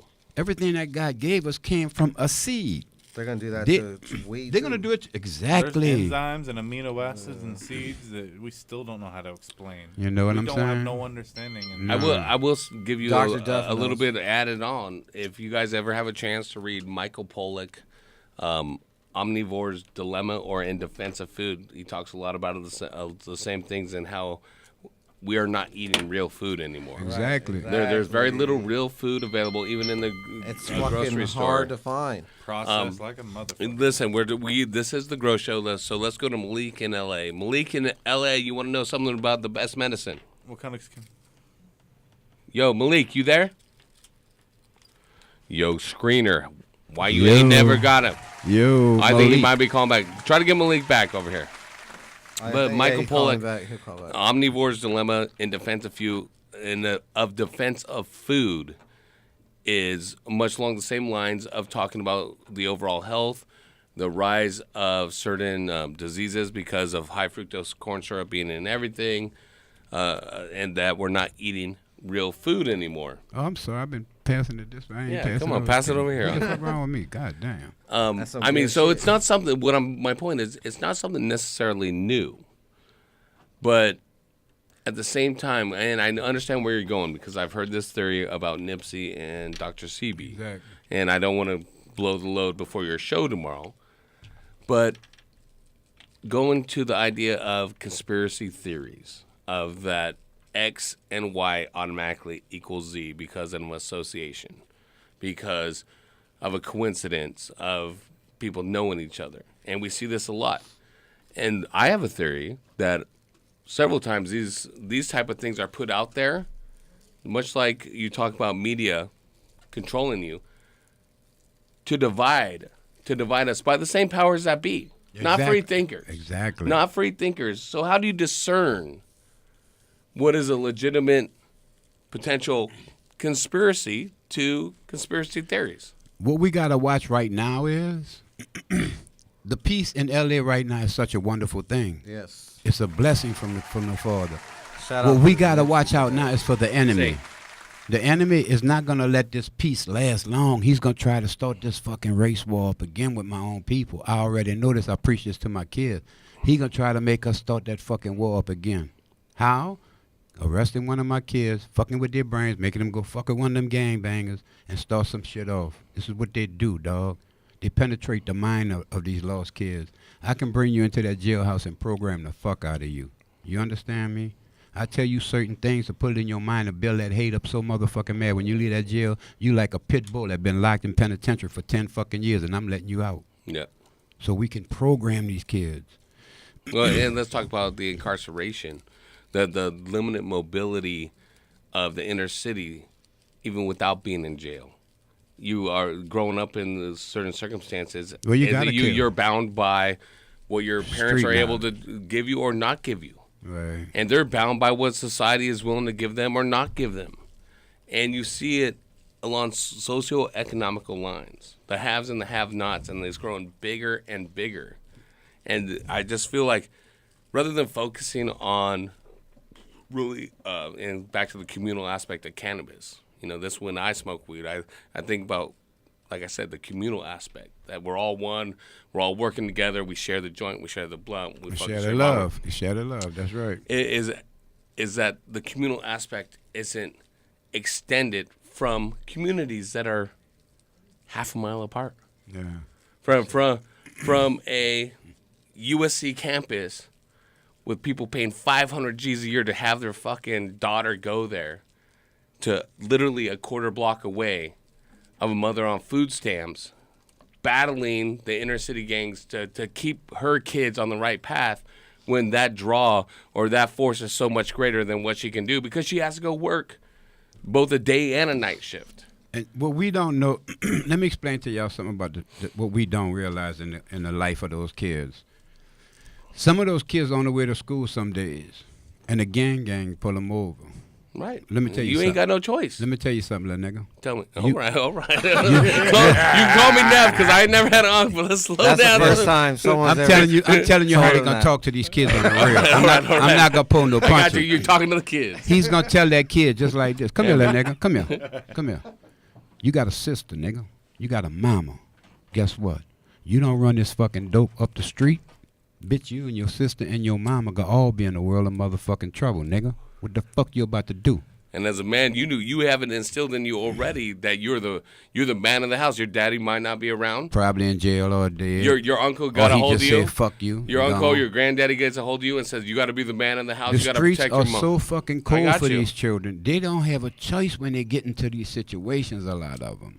You beaten into a fucking gang half the time. Motherfuckers Right. gonna whip your motherfucking and ass. That is the fucking fallacy that the white America or the haves believe that it's a fucking choice. It's not a fucking choice. Thank you. It is not a fucking choice. When you don't have a daddy, you Same don't with have these nobody. immigrants fucking running fucking 2,000 miles and trying to get up away from shit. Let me ask you a question about this wall thing since we talking about the immigrants. I don't know about the wall just because I'm a fucking crackerjack over here. I got fucking know about the wall. Not you. I'm talking about in general. Listen. I know I ain't shipping no weed south. We know that this fool is only building this wall because he's gonna make the money off the construction of this wall. It's gonna go to his people. I'm explaining to y'all why. Dick Cheney had owned Halliburton back in the days when Cheney was the vice president. Rebuilt Iraq. That's right. We built that war in Iraq because Dick Cheney got control of feeding the troops, clothing the troops, and supplying the weapons for the troops. And rebuilding the infrastructure after we bombed it. And they gave the rich a tax break, a big tax break, all right? Obama gets elected in the office. He's trying to change that tax break. He can't stand a chance because he's in the White House. I'm going to be straight up with y'all. With two hands tied behind his back, standing on one leg because you got a Republican House, a Republican Senate, and a Republican Congress that wouldn't let him pass a flicking bill, all right? They gave this boy health care so he would leave that tax break alone. Then you got Donald Trump coming back and giving the rich another tax break, a bigger tax break than what they gave him. Dog, this country is bleeding the poor, and the poor are so stupid with the hate factor, we can't see this. We too busy, distracted. People say, well, Uncle, what should we do? How can we end this? Your economic structure, your money is the only thing that these people know about. Or care about. We got to stop spending money like we spending money. We got to hold that fucking... What else they care about are their votes. And when you put people in power, if dollars equal votes and certain corporations have more dollars, and that's what's equated, and they can equate it, and they can put out TV ads that you consume, and just hear a name and you go vote. You need to be educated. You need to read. You need to be active in your community. Hold on, Unc. Malik is back. Hold on, let's go to Malik. Malik, you there? Malik, I could hear you there. Malik, you're smoking too much. Damn, that fool would call back. Fucking Malik. But wait, stay on what you were saying. I see people calling and dropping out. I think you're making the points for everyone. 562-653-0707. Wait, I think that's Malik calling back right now. I forgot what I was going to say. This weed's so good. Me too, I know. So, but the cannabis aspect of everything and the move towards legalization, that too is a fallacy. that everyone's like, oh, we're going to be free to consume. Well, we look at it, and they put all kinds of restrictions on consuming, all kinds of restrictions on participating as a grower or as a free market, and we're supposed to be capitalistic, but we restrict fucking free enterprise. Shut the fuck up. Get the fuck out of my face. You cherry picking shit that you know is going to be profitable and standing on the backs of the fucking veterans. The veterans of whatever it is, of a war, of a fucking bullshit policy, of life. That's what you're standing on the back of, and it's completely ridiculous. And as a veteran yourself of the military, as a member of the VA, you know, I lost my father-in-law this year because of policies at the VA. They fucked over. And the piece of shits at the Long Beach VA, a training hospital that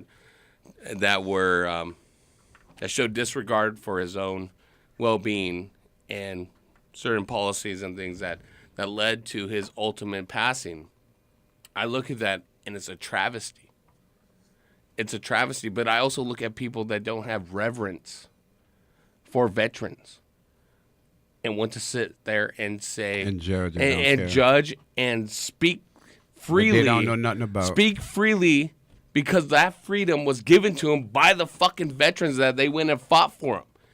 Because veterans, soldiers, they're not fighting for fucking Donald Trump. They're fighting for the Constitution of the United States. That's what you believe in wholeheartedly. Exactly. You go to the military, they don't ingrain you with a policy of Republican or Democrat or anything. They ingrain you with the policy of you are fighting for this fucking people in this country, and you come back to the people and you're not treated right. It pisses me the fuck off. I know it pisses you off, and I know it gets you upset. I don't want to turn you up. No. Let me address three things you brought up right quick. First thing you were saying about as far as for the people that are in office. Think about it. First of all, they don't give us nothing to fucking choose from. That's the big fucking problem. You couldn't vote for neither. It's the illusion of choice. Yeah, exactly. So you say A and B, and if you want C, that ain't the choice. You gave me two things. That ain't the choice. Right. They chose for you, and you choose between them. And neither one of them two ain't worth a shit. So what the fuck? So the vote. This is what I'm preaching. The voting system is not worth a fuck because we don't have nobody in the that's in there for the right reasons. They're all in there for the wrong reasons. The other thing I wanted to address, and I almost forgot. You long with it as a motherfucker. You know that. Yeah, I need a piece of paper. I could have wrote it down, but there was something else you had brought up. I wanted to address. Now you're smoking good weed. Watch out. As far as for the herb factor, yes, this ain't the Reverend Herb Show weed. This is good weed on Heavy Tea Grow Show. You're with the growers now, sucker. You hear what he trying to say? T. Man, you got good herb. We smoked that fire, bro. Because he would be talking about your shit too sometimes. Exactly. Yeah, because we smoking my shit, so you know it's fire. So. But as far as for the weed factor, the good part is as far as it has come. Man, you got to realize from where I come from, it's a long way from where we was to where it is now. The listeners out there want to know how long that road is. I was back there when you bought a pound for $150. Well, you got the pound for $100. You sold it. You sold your ounces, 10 ounces. You had a lid this big for $10. A lid. That's what they used to call it. Four-finger lid. $10 for a lid. You sold 16 of those. You made $160 for a $100 pound. My partner had walls full of them motherfuckers, but it was all full of stems. It was all full of seeds, and it was all compressed, so they could transport it like that. But you used to get But people didn't realize they also had good weed back in those days because you could also buy a matchbox. What's it called, marijuana? For $10. For $10, you bought a matchbox. Compare $10 to a $40 bag. You got to do your options. If you had a good week that week and you made good money, you bought that fucking $10 bag as a treat. That $10 matchbox as a treat. And it was literally, the boxes, the matches used to come in them little bitty boxes. Some of y'all don't remember. Some of them out there don't remember. I was born that. in the lighter air, big lighter air. You see what I'm saying? Some people don't remember. You remember the matchboxes? Hey, you're looking at the wrong people to remember your matchboxes. What's a box? I remember. My dad had some. It was a little box like that, and it had matches. You pull it out. He used to start the charcoal barbecue with. And that's what they used to sell you for $10. So yeah, you had great weed come from Africa, came from Colombian gold. You had good weed from all over the world and shit. Mozambique. What happened was in the 70s. I think it was like 70-something when Humboldt County got hip to what was happening, and they went over there to Iraq and Iran and got them seeds and brought them seeds, Afghanistan, and brought them seeds back here. Kush Mountains. Right, and started creating that great fucking herb, because everybody in the country was smoking Mexican weed. No doubt on no ground on no Mexican. Don't get me twisted in here. We was smoking and enjoying the fuck out of it. That's what we had. Yeah. But those people in Humboldt County developed that fucking great herb. They went go get them seeds. That's why I go back to the seeds. Yep. You know what I'm saying? It's a brickweed. It's all, yeah. So with that, weed has come a long fucking way. The problem is now is so many people doing so many different things, you wonder what's real. You know, I got Purple Granddaddy, this, and the names change so motherfucking fast, your head be spinning, man. I can't keep up. So people say, what you smoking today? I said, some good herb. Yep. Some good herb. I can't keep up with all the names. Shout out to King Louis. Shout out to my folks at ETO. Shout out to your boy, a bunch of them. Everybody grew up. Yeah. But the accessibility to the veterans, because it's a real travesty that you have accessibility because who you are, because you were an advocate for others, but also yourself. The need to be an advocate came out of what you needed to do to be healthy for yourself. Exactly. You needed to get clean. You needed to get off the booze. You found weed, and then you started preaching it. How the VA and our Veterans Affairs keep our brothers from being able to participate in cannabis is crazy. Well, think about it. It's still all governmental rule, and that's why the government. Even right now, I can't go on no VA grounds and have no medicine with me. I cannot have no marijuana with me whenever I go to VA. No veteran better not. Do not bring marijuana with you when you go in the facility. Can you even talk about it with the doctors there? My doctors know I smoke. I tell them all the time I smoke. But if you ask them their if I'm advice, down, if I'm like, down is south, it good for me to smoke? They're like, we can't tell you, right? Right. But if I'm down south. What do you mean down south, like in New Orleans? In New Orleans, yeah. I can't even let my doctor know I'm smoking marijuana. They will cut my disability. Really? Yes. So there's a double standard. It's a fucking big time in this country, man. That's why. Well, I know, but it's all the federal fucking. It's supposed to be the same agency. Thank you. That's why it shows for entertainment purposes only. The country is not about the people in no way, shape, or form. All right. It should be, but it's not. Tell me why. Your veterans should be the first fucking thing on your priority list. If this is the people that's keeping you free and safe, like you said, and most of them, when they're going, we were young when we went in. We were 17, 18. I was 18 years old. You had kids going in there to fight to keep this country safe. Children. 18 years old, you want him, you know what I mean? You know how much pussy you forgot? You know what I'm saying? 18, dog? Fuck, 18? Couldn't even drink. Oh, my God. Well, when we came back, I was still 18. I mean, I was 19. I couldn't even go in the bar and get a beer with everybody. That's ridiculous. I had to send somebody to go get me a drink or get me a beer. You know what I'm saying? But and the good part is, even back then, I was still able to get smoke in Cali. You know what I'm saying? That was the good part. And then weed got me through everything. It got me off my heroin addiction. I didn't mean it got me off of it, but when I was going through my Jones, it was definitely helping me get through the hard times of the heroin addiction. Listen, we got some people that want to talk to you. Weed Willie is on the show. You want to say what's up to Unc? Willie. I don't know. What's up with my phone line, Saint? I don't know where all y'all be at when y'all call. Let's go over here to Mac Miller. Mac Miller in New York. What's up? Right there. Yeah, man. What up? What up, Unc? What's up, Mac? What's happening, baby? What up, man? This is Stoner Info, man. Hey. What's up, Stoner Info? What's up? I just want to say I appreciate everything y'all doing for the stoner community. I had built my page just to bring all the stoners together. I was going through a hard time also. So I just understand where everybody's coming through, all the stoners in the world. I just want all the stoners in the world, everybody who's listening, just, support each other, show love, bring unity to the community, show them that we are better together than separate, show them that we should be legalized worldwide because it's positive. It's a good thing for everybody. And on that point, that's why I'm trying to change the language. So when we start saying, instead of us saying stoners, I want us to say patients because it's medicine. Same thing with marijuana. It's I prefer cannabis. Yeah, but this is right. Perfect.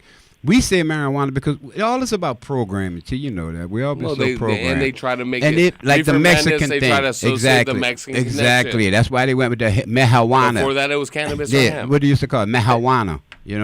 Because it was blaming it all on the Mexicans for bringing it in. I would like to blame the Mexicans. You know what I'm saying? Me too. Yeah. Fucking Marcos Pollos. Play the song. No, not yet. No. This is too real right now. But on a real note, if we change the dialogue, we are California. Most of us out here, we all know cannabis as to be. I'm out here in New York. You're in New York, and you know that cannabis is the proper word. What it is we've been so programmed to say weed and marijuana that it's going to be hard for us to change the dialogue. But we got to get it back to and respect it for what it is. It's literally the best product on earth. It does everything. How can we be so... Yeah, I mean, shit. If we start letting it do what it's supposed to, it can save our world. Literally. That's the goal, man.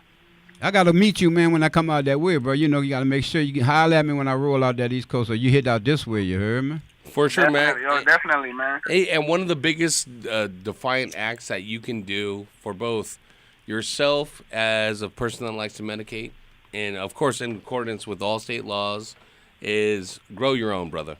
Grow your own when you can. Know what's going into it and what's coming out of it. Find some strains. So my next goal is to just move to a legal state, you know? Well, absolutely. And before, but listen, before we know it, through advocacy, it's gonna be there. It's gonna be. What is New York now? I thought New York was it definitely was decriminalized. No, I think they could have dispensaries, but you can't grow your own. Is that right, Mac? Yeah, you can't do that. But federally, it's about to pop. Soon they're gonna make it legal federally soon. Now, man, they trying to figure out that money. Yeah, but the problem is gonna be this, and this is what people don't understand. We look at this as the United States of America, but each state has its own right to control its own laws to a certain degree. States' rights. So those states may still keep marijuana illegal in the South just because they love persecuting people. I hate to tell you the truth. You know what I'm saying? Right. They love to be able to put you behind the penitentiary and keep you on that slave ship. So with that mentality, they're not worried about the money. They're making the money off the prison system. And cannabis can also mess up their medication, you know, their money. Yeah, the pills, pharmaceuticals. You fucking right. Yeah, man. And pharmaceuticals pay all them senators, all them congressmen, everybody get a check You from see pharmaceuticals. The FDA, one of the chairmen over there was like, Big Pharma owns the Congress. Like straight up admitted it from a high-ranking official within the government. Yeah, man. A lot of them use cannabis, but you know they just can't admit it yet. Yeah, for shit, they're not going. But the thing is, if we as a people realize that we do have power in numbers, man, look, I'm trying to get on one of these talk shows so I can give me an interview. Motherfucker, you on the Heavy T Grow Show talk show right now. You know what I'm talking about. This is the number one talk show in the world. He cut me. People was like, hey, you ain't no Jimmy Fallon T. Well, fuck you, Jimmy.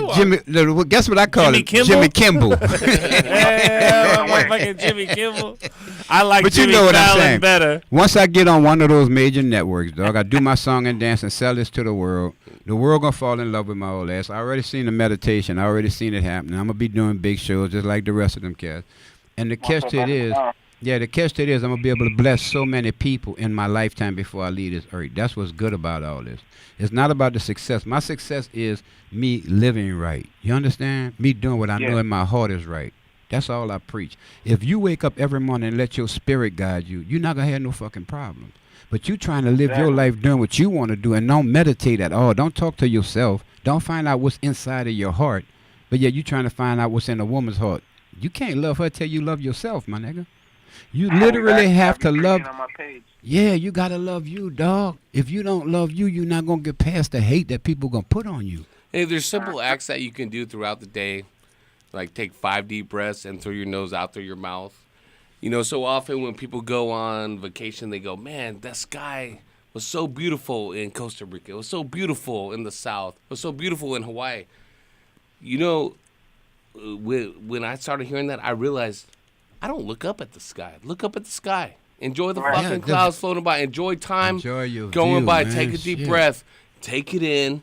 Realize that rat race. Get a bike. Go take a bike ride. Go walk. Go take a walk through the park. Just enjoy your life. And at the end of the day, you know, Capital One ain't going to come put you in jail for owing them fucking 20 racks.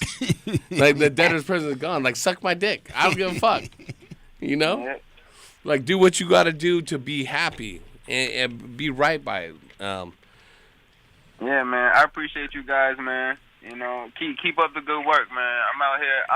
I just want to let y'all know that y'all got somebody fighting with y'all, man. I'm definitely on board, and I'm definitely bringing other people on board as I go. So. And this is the conversation. I want to point this out for the Reverend Herb show, is he calls it a church, but it's not a preacher just preaching at you. He wants you to call in and talk to him. He wants you to challenge what he's saying. Yeah. And unlike other pastors, unlike other reverends, he's open to changing his mind. Yeah, because nobody knows exactly what we're dealing with. We all got our own Hey, 20 years ago, you think you'll be sitting across from a fat no. white dude doing a radio show? No, indeed. Come on, bro. And I never thought anyone would call me Neff. I'm just glad for that. Man, look, let me tell y'all something. Opportunities come in your lifetime from your effort, all right? You work. All you can do is do what the powers God gave you to do. Do what you love to do. Do it a lot. The more you do it, the more people see it. And if people fuck with you, then they're going to fuck with you. If they don't fuck with you, it wasn't meant for them. Heavy T reached out to me. Heavy T reached out to me and told me, Unc, I can get you your own podcast. I said, yeah. I had other people that told me this shit. And people would tell you anything. You know what I'm saying? Of course. But they would not give you the effort. Heavy Like T, the attention. Heavy T gave me the effort. You know what I'm saying? He reached out to me. He worked with me. He got me to where I can understand what I still can't do the phone thing yet. They still laugh these at me. right here are numbers. But see, they give me some. This is what I love. And hold. What I love about what he got with the podcast that I can have here and his podcast is we can medicate while we do the podcast. I've been on people's shows and they're half-assing with this product. You cannot medicate here. You can't smoke on the show. I don't want to come on your show, dog. I'm sorry. Well, we could be real, and we could talk real talk. I've been real with you since day one. You've been real with me. And even though we may not always agree, and believe me, we don't always agree. Like, we might be on the show right now telling us each other how great we are, but we don't always agree. Like, behind the scenes, DFC Radio, it's some yelling sometimes. You like, got to, like, shit. you burned a hole in my chair. All right? All I know is who the fuck had the blunt? And you know it wasn't me because I don't fuck with blunts. That's what I'm saying. Fucking switch your fucking blunt. Papers. I don't remember the last time I smoked a blunt was like maybe a couple years ago, man. Hey, man, respect to that. I'm proud of you, bro. Hey, stay up, Mac. I'm going to help you grow your own. You could gift it to anyone that you want if you're not, but I'm going to send you a Heavy T Grow Show swag pack. That includes a More Trees, Less Assholes t-shirt and some Green Pad CO2. Go to greenpadco2.com to learn more. Give him one of the mats, too. And we got an Unky Mo mat. Yeah, give him one of the mats. Make sure Marcos Pollo's got this. Old school box of matches. This isn't on our list of giveaways. We got you some matches. Unky Mo mat. All right, thanks for calling, Mac. Yeah, you're right. Stay up, brother. Let's go to Wesley in California. He wants to talk with Unc. Wesley. Wes, now's your big chance, man. Don't fuck this up, dude. You want to get exposed? You want to get put on game? All right, we'll get him back. Let's go to It's Sam almost in 9 o'clock. Colorado. Y'all better Sam in hurry up. Colorado wants to talk to Unc. Y'all know you better hurry and call in because I'm about to go to sleep. Sam, what's going on? Sam, you there? Is this a joke? Something up with this phone, huh? Is this thing on?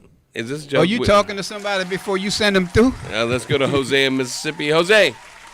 Yes, sir. One What's going Mississippi, on? 2 Mississippi, 3 Mississippi. What's up? Yes, sir. You on the air, man? Talk what you want to talk about. I want to talk about. That weed is life. good. That weed you smoking is good. What you smoking?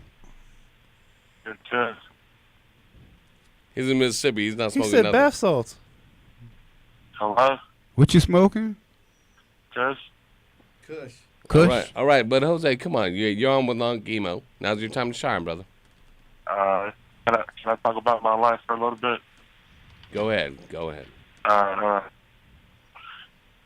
grew up in the streets, in L.A., in Fresno, all right? At that. We're listening. All right. I grew up in L.A., and I got involved in the local gangs, and all my life I've been in and out of jail, and now I got kicked out of my mom's house. I don't know how to cope with that. That's a rough fucking hand you've been dealt there, brother. So you're living in Mississippi right now? Yeah, with my girlfriend, and I don't got a job, and we got a kid on the way. And I was trying to seek some help real fast. Yeah, bro, it's gonna be hard, man. I mean, can you go do hard carrying work or something like that? Try to find a construction site that where you might get, you know what I'm saying? Yeah, man. Like I tried, they declined me because of my tattoos and everything. I recommend anybody that can hear this. This is for y'all. Don't get in the gang because that shit will fuck your life up. It won't get you no jobs. You get, gang tattoos on you. give extra life up and everything, and that ain't the right path to go. How old are you? I'm 20 right now. 20? Yeah, I've done seen so much and been through so much. All right, this is what you got to realize. You got to realize you're 20 years old. I'm 68. You still got a whole lot of life left ahead of you. The good part is that you realize that you don't need to be in the game. That's the first good step right there. So you're on the right road. I'll say that my dad told me this when I was fucking around and with the wrong crowd in my early 20s. He said, son, you have the world in the palm of your hand. And nothing, when I get older, nothing rings more true to me of anything my dad taught me. It's like to go back and be 20, son, and have the world in the palm of your hand. Right. You can do anything that you want to do. And it's not going to be easy. It sounds cliche, but it's true. Right. It's not going to be easy because of your past life. All right. So you got to already understand that. You may even end up you may even end up on the street for a minute. You know what I'm saying?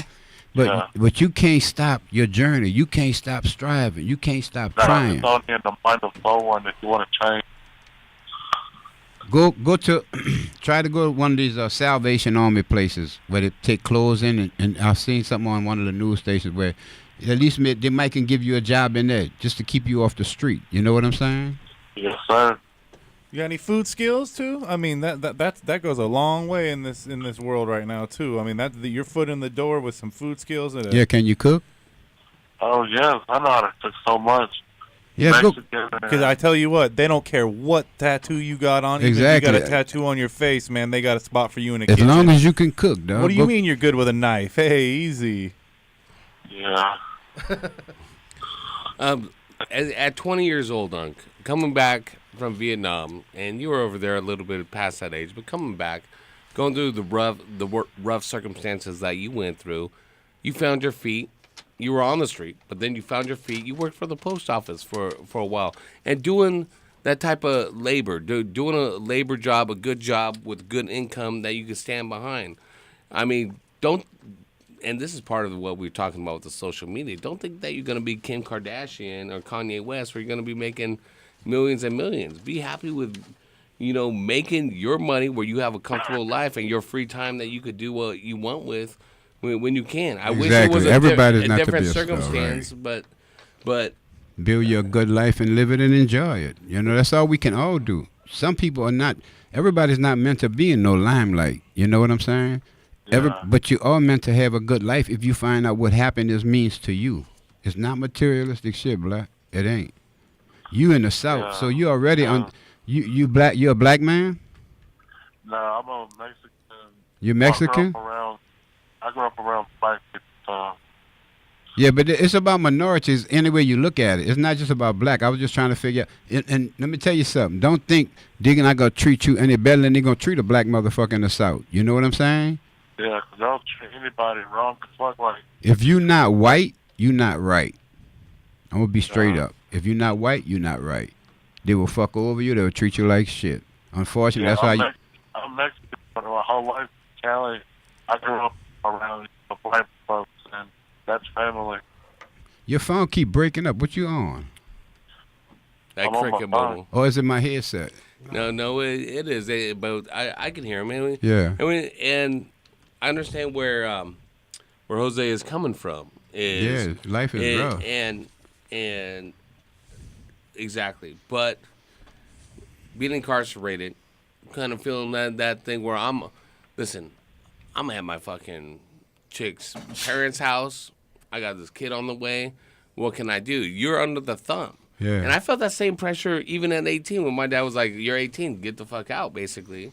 And it's like, okay, well, what am I going to do? At 18, I'm still a child, man. Right, Like, even though I might have done whatever I did, you're still a child, right? I barely even shaved my back yet. Come on, a little comedy, but come on. but you feel what I'm saying is that even at 20, if I could put into heavy T at 20 what I know at 42 now, come on, man. Holy shit, I would take over the fucking world no matter what adversity. And what you got to do is just be proactive, man. And you got to get out there. If you got to do better for your family, for your kid on the way, to get out of the situation, your in-laws that you're in. If you feel like this is demeaning to you as a man, first off, realize if they're willing to take you in, accept that help and don't be mad about it. Don't show anger at them because they are giving you a fucking gift to help you get on your feet. Opportunity. Too often people feel like and act to those type of people giving you a gift to be like, oh, you know what? I don't need your help. Well, listen, motherfucker, you do need their help, and it's okay to accept help. And on top it's always of that, okay to accept help. You're gonna have to eat shit sometimes, like from people, and it's gonna suck. Right. But the thing is being able to brush that shit off and keep on stroking. Yep, because that's the thing. It's easy at the end of the day to get into a groove and keep a job, but it's hard as fuck to be happy doing it. Exactly. And it's gonna be especially able to when learn you be how the to, asshole, like you said. You're gonna have to let shit roll the fuck off because at the end of the day, you're going home for your kids, your family, and your wife, and to show everybody who ever doubted you how wrong they were. And I love what you said earlier too. You told him, "Can he cook?" And you said, "Yeah." See, when he gave you that information about you can cook. Man, take that shit and run with it. You can cook. People gonna love your cooking and you your know food. you're already a step ahead of the game. You're a fucking Cali kid in fucking Missouri. But also, listen, you have a family support system that's taking care of you now, and the mother might give you an eagle eye when you go blow out the bathroom because she don't like the stink of fucking extra poops in her bathroom. But oh well, she's gonna deal with it, and she's willing to deal with it. You set a course. You set a game plan. You say, this is what I want to do with my life. You go get a job to take care of your kids, take care of your own. Your and obligations. Maybe you live in a studio apartment, but you drive towards that dream for at 20 years old. You got a lot of time. Go, and you have the support of someone willing to pay your bills and give you the opportunity to do it. Don't sleep on that opportunity. Opportunity knocks once in a lifetime, and it's up to you to seize it. And this might be that opportunity, brother. You get on that, and you decide what you want to do, and you drive forward. You drive right down that line like a straight motherfucking line, and if it gets cut off, it gets cut off.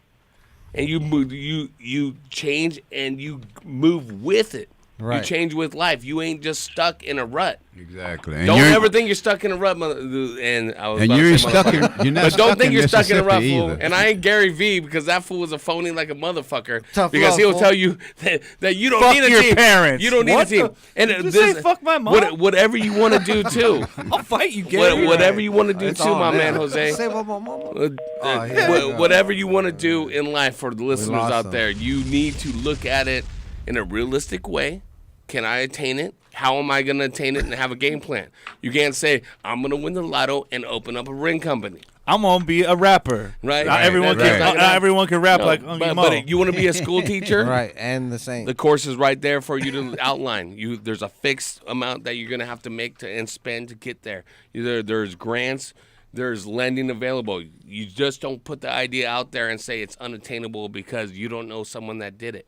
You go look and figure out how to do it. You drive to that, and if you're a father like he's about to be, your kids are going to be better people in society, better citizens, and they're going to respect you. You know, the one thing that my dad used to do, he used to get up all early in the day, and it'd be like, Dad, why you get up so early? Because maybe once my sons will catch me in the act of excellence here in the morning, that they'll see. It's always better to be 10 minutes early than 1 minute late. Hello. But you see, that's respect. That's respect. And then that's what most kids don't have. Now, they're not taught. This Bob Marley said it best. A man with no respect is not a man. Oh, yeah. And nobody can teach a man respect if he doesn't have anybody in his life that loves him, that know what respect is. Well, you know what I'm for saying? our man Jose there, we lost him, and I hope we got his information. We're gonna send him a swag pack, including things from Emo and the Heavy T Grow Show. All of us here at DFC Radio, and for the people out there listening, whatever you want to do in life, no matter how unattainable it seems, you just got to take the first step, man. You got to believe in yourself. Whether you believe you can or you can't, you're right. Right. And right now, I got to take a break. Heavy Say T it Grow Show again. right here on DFC Radio, 562-653-0707. We'll be right back. Break after these time, messages. one time. Dr. Duff's back in the house. Let's get into this track right here by Emo called Bad Knee. Let's go. Oh, yeah, we're going to talk about that. I'm in the studio with my nephew, Prov, on the track. This on Emo, baby. I'm a bad mom, I'm an OG, I'm a 60 60-year-old with a bad knee. I smoke that till I can't see. Everybody trying to get with me. I'm a bad mom, I'm a OG. I'm a 60-year-old with a bad knee. I smoke that till I can't see. Everybody trying to get with me. I got that biz, I got that jazz, I got that money that never ever ends. When I step out, it's party time, and I be loaded out my god mind. I spend my cash, and I always got my stash. I wanna be like currency and smoke up all them trees. I don't be frontin', I don't be stuntin', I be getting mine all the time. I'm living hard, I party harder, I be rolling like there ain't no tomorrow. I'm a bad mom, I'm a OG, I'm a 60-year-old with a bad knee. I smoke that till I can't see. Everybody trying to get with me. I'm a bad mom, I'm a OG, I'm a 60-year-old with a bad knee. I smoke that till I can't see. Everybody trying to get with me. I went to 9, I did my time, but I never lost my mind. I'm doing fine, and I got mine. They pay me all the time. Life is good, God is great, and my money ain't never late. I work real hard, I never quit, and I'm always getting my. I got that gold, I got that soul, and I'm really just too bold. I'm a gangster, I'm a hustler, and I never stop as long as I can bust it up. I'm a bad mom, I'm a OG, I'm a 60-year-old with a bad knee. I smoke that till I can't see. Everybody trying to get with me. I'm a bad mom, I'm a OG, I'm a 60-year-old with a bad knee. I smoke that till I can't see. Everybody trying to get with me. Kanye West ain't the best, you just ain't heard the rest. I talk that, I live that, and of course you know I smoke that. I feel like a mother, feel like a mother, feel like a bad mother. Yeah, I feel like a mother, feel like a mother, feel like a bad mother. I'm a real and a bad me, and nobody ain't gonna ever mess with me, cause I real do feel like a bad me, cause I'm just a OG. I'm a bad mom, I'm a OG, I'm a 60-year-old with a bad knee. I smoke that till I can't see. Everybody trying to get with me. I'm a bad mom, I'm a OG, I'm a 60-year-old with a bad knee. I smoke that till I can't see. Everybody trying to get with me. I'm a bad mom, I'm a OG, I'm a 60-year-old with a bad knee. I smoke that till I can't see. Everybody trying to get with me. I'm a bad mom, I'm a OG, I'm a 60-year-old with a bad knee. I smoke that till I can't see. Everybody trying to get with me.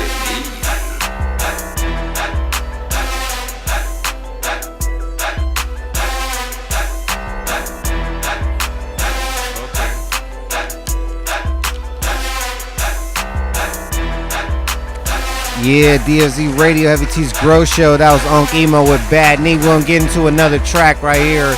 It's called They. Look, baby, everybody gonna have haters in your life. If you ain't doing nothing, you will not have no haters in your life. But if you're doing anything constructive, people gonna hate on you, man. So I wrote this song strictly for the haters in the world. You know, once you figure out who your haters are, that's the motherfuckers coming up to you telling you what other people say. Watch them. They be the ones that be hating.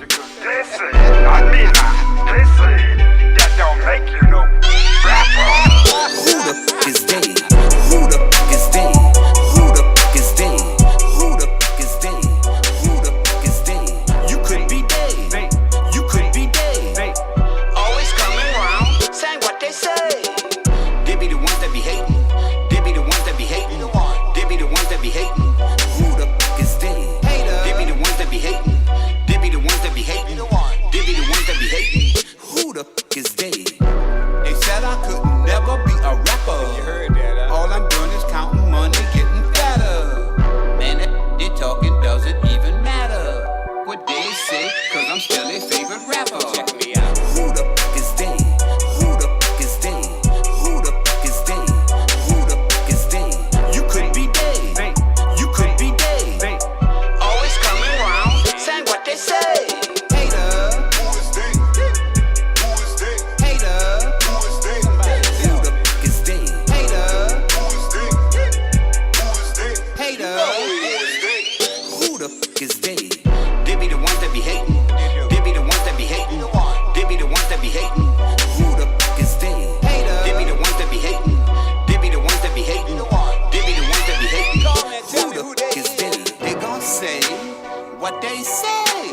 Never met Dave, but they got a lot to say. They say what I can't do, not what I can do. Listening to they say, my dreams when it came through. They the ones I say, stay the hell away. Got no time to waste another day dealing with that dumb they got to say. Hold up, come to think about it, who the f is they? Hater. Who is they? Who is they? Hater. Who is they? Who the f is they? You could be they. You could be they. Always coming round, saying what they say. They be the ones that be hating. They be the ones that be hating. They be the ones that be hating.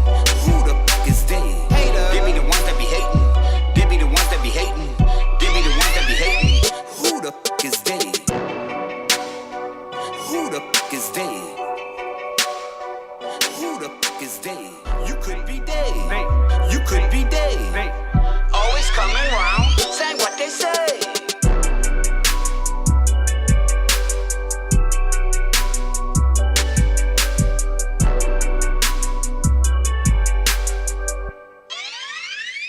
Who the f is they? Hey, I'm in the zone. Launch crew, ready to Heavy T's reservoir. Grow Show will be right back What's after the load these factor, commercials. sir? Bringing the Riser Blast liquid at 2 mils per gallon. Okay, sir. We are loaded and ready to launch. 9. Okay, men, it's time to blast off the You're gonna go get the green pad, see? That's what you're gonna do. You're gonna go get it right now. Go on down to your local hydro shop. Tell him Shunny sent you. That's right, Shunny with the green pad. More CO2 in your garden. More carbon, more weight, see? You need to get that weight up to pay me back, see, Shunny? Go get the green pad junior. Put it in your cloning dome, see? You're gonna get some more roots faster. Cut days off your cloning time. More harvest year round. That's right, see? Activated by humidity. 35 to 50%, so make sure that's right, okay? Go to your local hydro shop, see? That's right. Go there now. More root, more fruit, more fruit, more root. That's right. Yeah. Meow. Meow. Hey man, your garden smells amazing this year. What are you doing different? Haven't you heard? We've been using the Turpinator. Did you say Turpinator like terpenes? Yes, exactly. Turpinator is designed to increase your plant's terpenes, which are responsible for everything from how your plants smell to how much flavorful oils they produce. Basically, Turpinator is the one-stop shop for an overall quality increase for your fruits and flowers. That's awesome. You know, I can tell the Turpinator has not only increased the oils in all your herbs and flowers, but it looks like it's going to increase your dry weight as well. And dude, don't even get me started on those crystals. They look like mini icebergs. Well, you better hurry up and get on board. It's flowering season right now. And since Turpinator is made right here in Sonoma County, you can literally find it in any hydro store in town. Boost your plant's oils and bring out flavors that will drive your friends wild. Turpinator. Sticky is an understatement. Yeah. Naps. Knock off. What up, Saint? And we hustle. Hustle hard. Team ADXN. Hey. What they want from me? I don't know what they want from me. But they ain't getting lunch from me. Hello. Damn, Dr. Duck's wife's so ugly. She tried to enter an ugly contest, but they said, sorry, no professional. I can't, man, the mic's not even on. It's There on. it is. Now it's on. It was just kind of low. It's all right.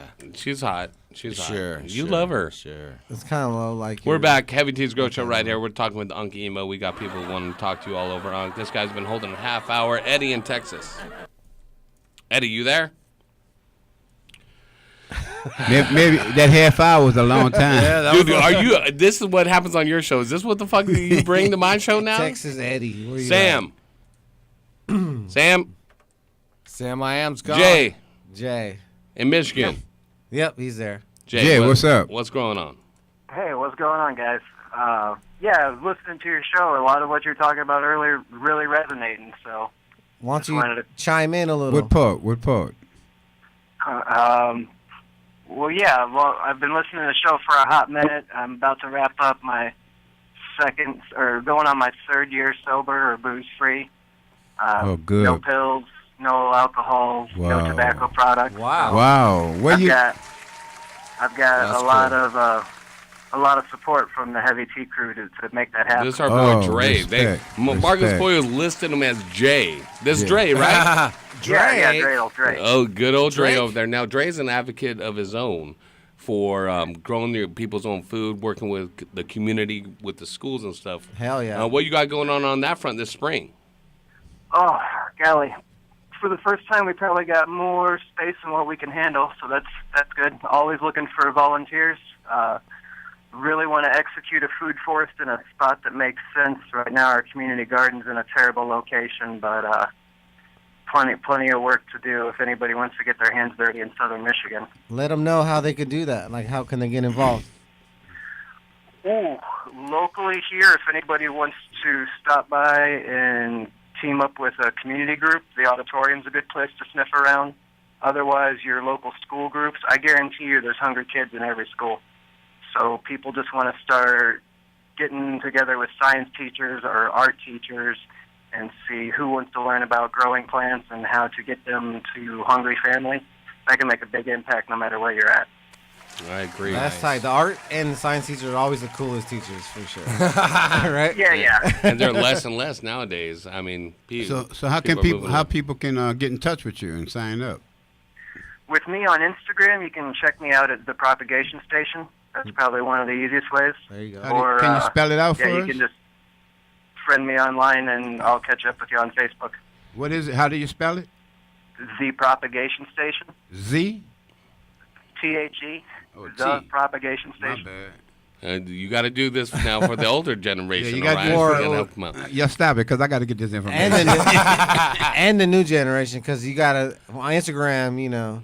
So, Dre, everything counts. You talked about 3 years sober now, right? In which, congratulations, by the way. This Yeah, big shout out, man. Dre. All them. It's a lot of fun. What you got to do Hell for your yeah. own health, what you need to do, people need to reach that point themselves. But are we talking about sobriety from cannabis as well, or do you partake in cannabis still? No. Cannabis is definitely like my go-to medicine. It's my only medicine. You see, that's what I want. That church I keep preaching, I'm going to eventually open. I want it to be a house of love, a house of herb, where we can heal our people from alcohol, pills, all this other abuse. We can save our own communities with the use of marijuana, especially since we have it legalized here. Let's use this product to do good and give it the name it's supposed to have, cannabis, and let's heal our people. Well, Unc, Exactly. Unc, and maybe Drake could chime in too. Imagine the that way insurance that that covered prohibition had made it so illicit and so Brainwashed, in the dark of exactly. talking about it. Exactly. We are just now figuring out what different combinations of cannabinoids can do for ourselves. I mean, like certain weed I smoke, I don't enjoy it. I get high, I'm anxious and things like that. I prefer a heavier indica end of the day. I can sit down and relax. Right. And That's I 'cause still it does partake, but equal I'm gonna fun. drink 3 or 4 beers and smoke a fat joint of indica and be in bed by 10 o'clock. Right. Where before, if I had some strain that didn't agree with my mindset or my body at that time, I might drink a 12-pack and then fall asleep 2-3 hours later because I was just in that mood. Right? How about for you, Dre? How has leading the new life that you're leading, how has cannabis and strain selection been a part of that? Has it been a part of that? It's just made life a whole lot easier for me on a lot more levels. I'm probably not as tolerable of a person as what I used to be, just because I'm a lot more blunt. I don't have the filter that I used to. Like, I used to be able to just take a drink and kind of numb things out, but now I say things with intent because they need to be said. Right. You guys touch on it all the time when you talk about the comparison between cannabis and marijuana. Those are things that we need to call out to the public. But right. Yeah, it's something that's become part of my daily routine now that I don't notice how spoiled I am. How old are you? Can we ask? I'm on the wrong side of 30. So I'm coming down the hill there. Uncle's like, give me those years, motherfucker. No, because I just want to tell you, man, bro, I was 18 years old on heroin. You heard me? God got life, man, for you left. You got so much life left. You know what I'm saying? Your journey's really just beginning. Yeah. You know what I'm saying? Everybody, old folks always say, I wish I could be yours. I ain't going to tell you that scenario because you already know that. You have so much wonderful life left ahead of you. You are blessing people with the product that helps save your life. That's all I'm trying to do is preach the message of the product that saved my life. If it wasn't for marijuana, I would not be sitting here now. And that's why I love the product. I'm so honored and proud of you for what you did. It's hard for me to just get people off the tobacco alone. You know what I'm saying? Let's alone the booze and the tobacco. Just to get them off the tobacco alone is a mission. So you got off of everything, dog. Wow. Much respect, dog. Much respect. I didn't do it alone. I mean, I had support. You got to have support. You got to have support, bro. Shout out to them people that loved you and was there for you. That's that platform. Yeah, you need that. You need that love and support to make you realize that you are a valuable asset to the world. And Dre, and people love you. You can recreate that for other people. Dealing with the Heavy T Grow Show listeners. Dre has been a listener, a member of our industry over here in the hydroponic industry for a long, long time. Girl in the garden, and I appreciate your candor every time that you call, Dre, and sharing these type of things because there's no need really for you to do it, except to let others know that they can do it too. That's right.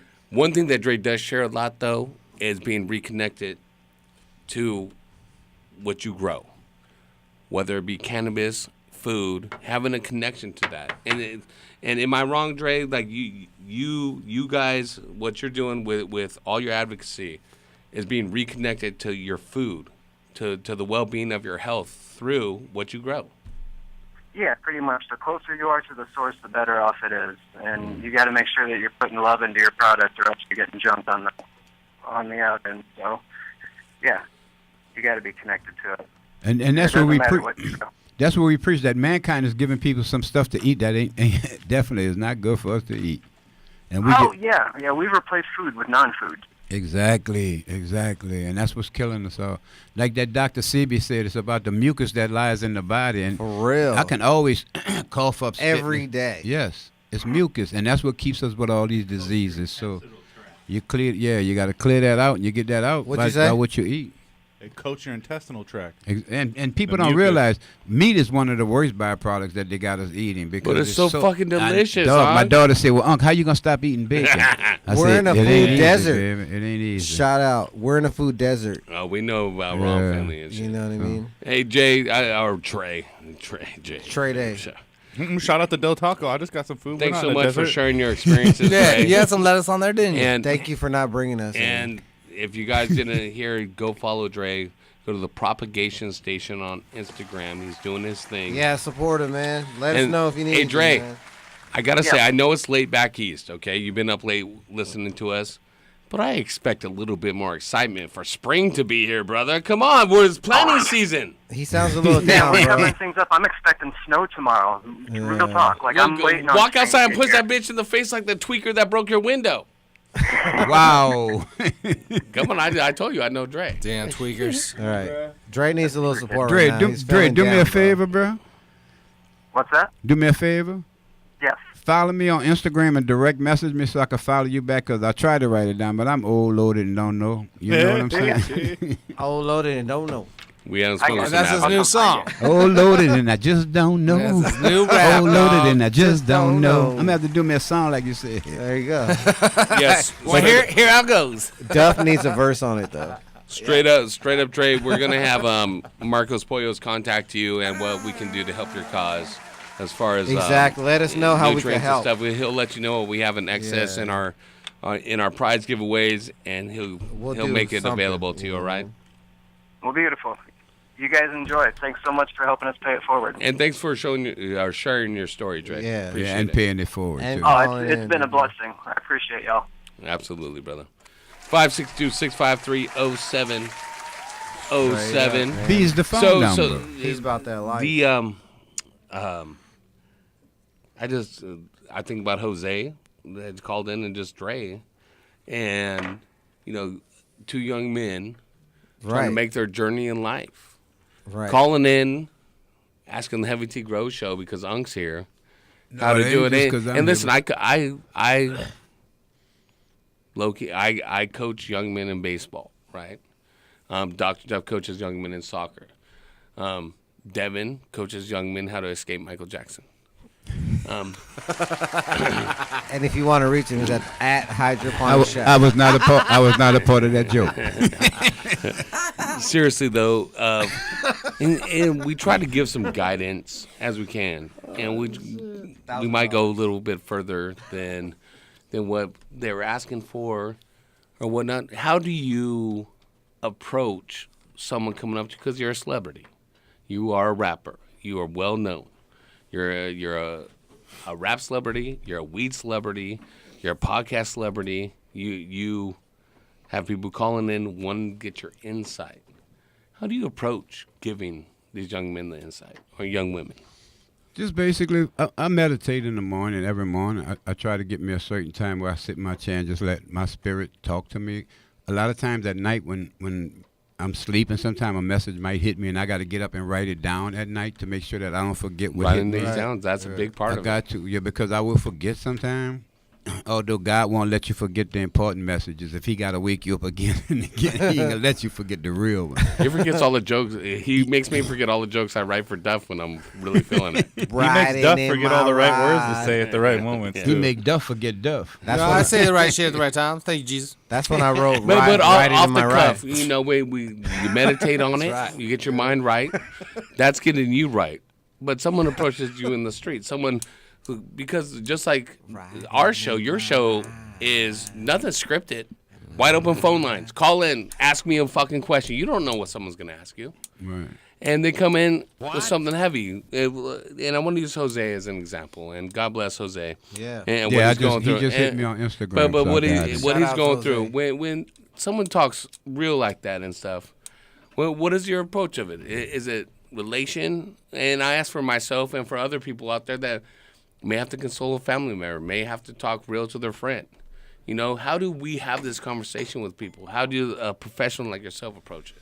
It's just real. Just keep. The best thing I can say is like, I guess how Snoop said it one day. He said, "Real recognize real."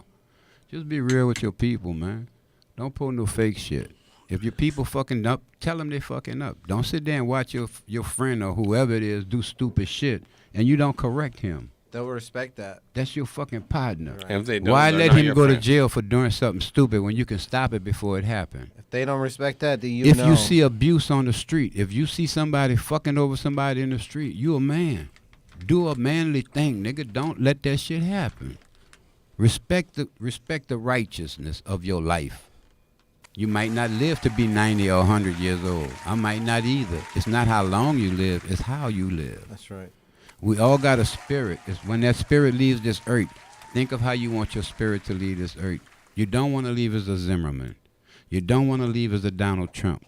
You don't want to leave as a child molester. You don't want to leave as a rapist. Leave Michael Jackson out of this. Y'all hold on my nephew. Oh, man. Until today, y'all can't prove my nephew did a goddamn thing in that But room. now I see the resemblance. You're kind of light skinned. I'm going to tell you the catch to that is. Leave alone. And I'm going to go back to what everybody Leave said. him alone. Literally, this kid had no childhood. Yep. Literally, his pa abused the fuck out of him, and this is why his mind wasn't right. That's why he wanted kids around him so much. Let me tell y'all something to that factor. When you in the store, all right, and you see a baby in a stroller or you see a baby walking, smile at that baby. You might be the only smile it gets all day. No, not that part. That's a spirit. That spirit is gonna connect to you. You can't talk to it. It's a baby. But the spirit is still filled with so much love. You can see it when you communicate to it. Pre-hate. And that's that true. Enjoy pre-hate. that love from that spirit before mankind destroys that spirit. Because in 5-10 years, you fucking it right. 5 or 10 years, that baby's not gonna hear that same spirit. But Right. there's And also, the hard part is for us to get back to that spirit. and there's certain things that will break that spirit. Where All through your life. You All working through with your young life. working with young people year to year, as a coach, as a teacher, as a parent. There is a definite divide of innocence and innocence lost, and I'm not talking about sexual at all. Right. I'm talking about I'm not gonna take shit no more. I'm not. They call it teenage. I don't have to eat this guy's shit no more. Well, teenager or not, but But yeah, because some kids it happens to a lot younger. You're right. It don't have to be a teenager before they hit that. And that innocence. Now, like I told my son at like 3 years old, I'm like, stop growing so motherfucking fast because I just want to hold you right now where you at. Because and it happens so fast. It happens so rolls fast. up, Daddy, I love you, Daddy, this and that, and I'm like, I already know. When I take the car keys away, he's gonna be like, Daddy, I hate you. At some instance, and life. Well, on your point, life is just a crazy fucking roller coaster, and just try to be true to your own values. Try to be true to your own morals. What you believe. And that's what I believe. Right. I think that's why you and I connect so much. But there's one more caller here from Texas. Let's go to Manny. Let's not lose him. Let's get him in here. Manny, are you there? Are you fucking? Bro, are you square? Oh, what's up, Manny? How? Oh no, is this fucking Manny? Oh man, it's Manny. Hell yeah. Oh man. Work. I'm medicating right now. What's up, Unc? What's up, Manny? Yeah, I'm hotboxing my Challenger right now in the fucking parking lot, bro. Hell yeah. All right, hold on, turn it. Real shit, man. Y'all blowing me the fuck up, bro. Like my mind's fucking blown, bro. Y'all speaking some real shit. I'm learning, bro. That's right. Sir, appreciate it. Yeah, man, that's what life is, Doug. Life is a learning process. We all go through it every day. Now stop smoking in your car and go get a real job where you can afford a good house to smoke in. Nah, bro, I'm just 20 years old. I'm in college right now. You gotta work, bro. Like, chill out, bro. All right, well, my bad. At least it's not a challenge. Where you go? That's a card. Where you go to school at? I go to community college right now. I'm trying to transfer to U of H for sports marketing, sports management, sports business. So you love sports? Yeah, hell yeah. Good. Okay, good. This is what I preach. Actually, I just want to call you because I'm taking a class right now, psychology, and she made me do a survey on anything, and I did it on medical marijuana. What? That was good. Yeah. And I was wondering if I could ask you the 15 questions on my survey. Oh, okay. All right.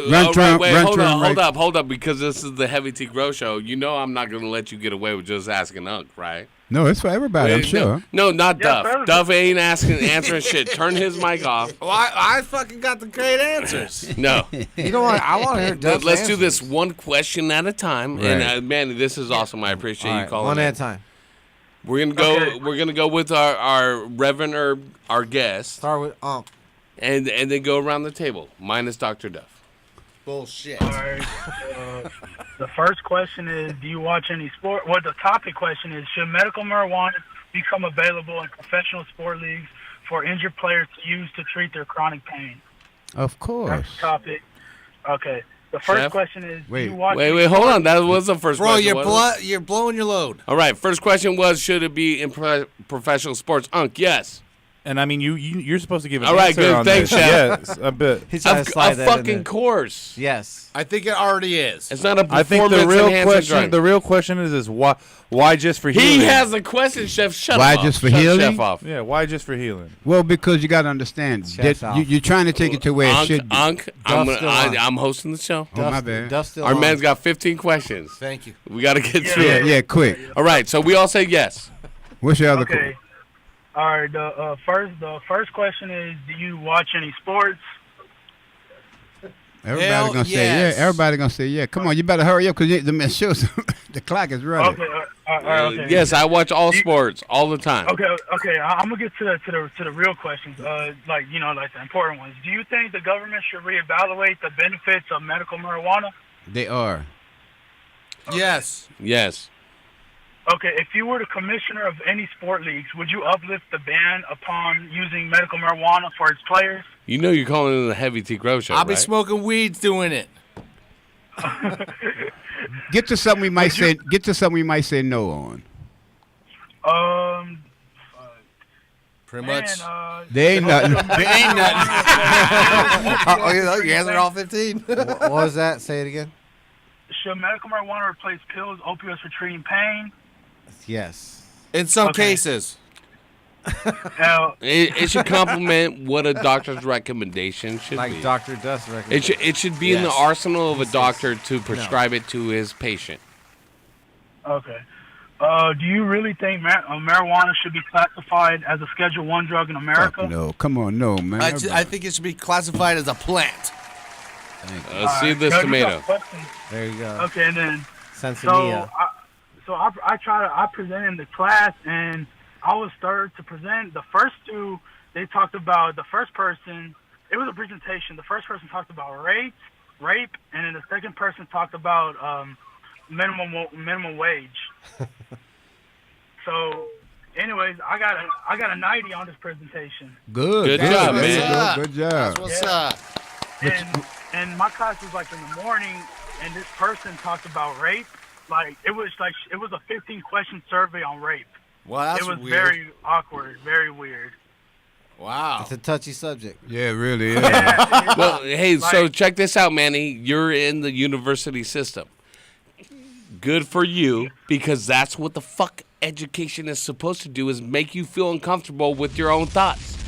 You think outside the box. You fucking think from another person's point of view. You start using common sense, which becomes common. And guess what? Common sense ain't that motherfucking common.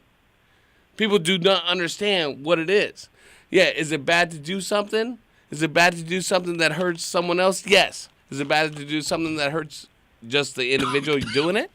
There's a big economy of difference in that. But that's what education is, man. Like, just what you're saying right now about they talked about this or that rape that made me feel uncomfortable. That, you know what? Your topic might have made other people feel uncomfortable. That's true. Oh, it's medicine. It's medication. Hey, but, listen. But everybody don't see that. That's like what that. education is being outside of your realm. Right.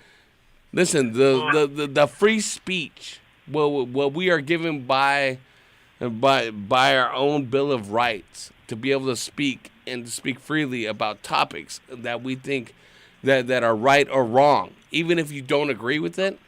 Why I don't try to ever shut down anyone's speech of what they're saying, even when people get like the KKK gets a permit to make a fucking parade. You know why people don't go out necessarily and protest that parade? They might protest it, but why the city still gives them a permit is because the complete flip side of the coin of what anyone wants to talk about would be subjugated to the same terms of limiting speech. You go out and let everyone talk what the fuck they want to talk, and let people tell each other, fuck you, you're fucking wrong. No, fuck you. No, straight up, not. Are you talking to Duff? No, straight up, it's not. Oh, I should be protected by it from a fucking bureaucracy, from the government, from the university. No, you shouldn't be. You have freedom of speech. They have freedom of speech. They talk shit to you. You talk shit back to them.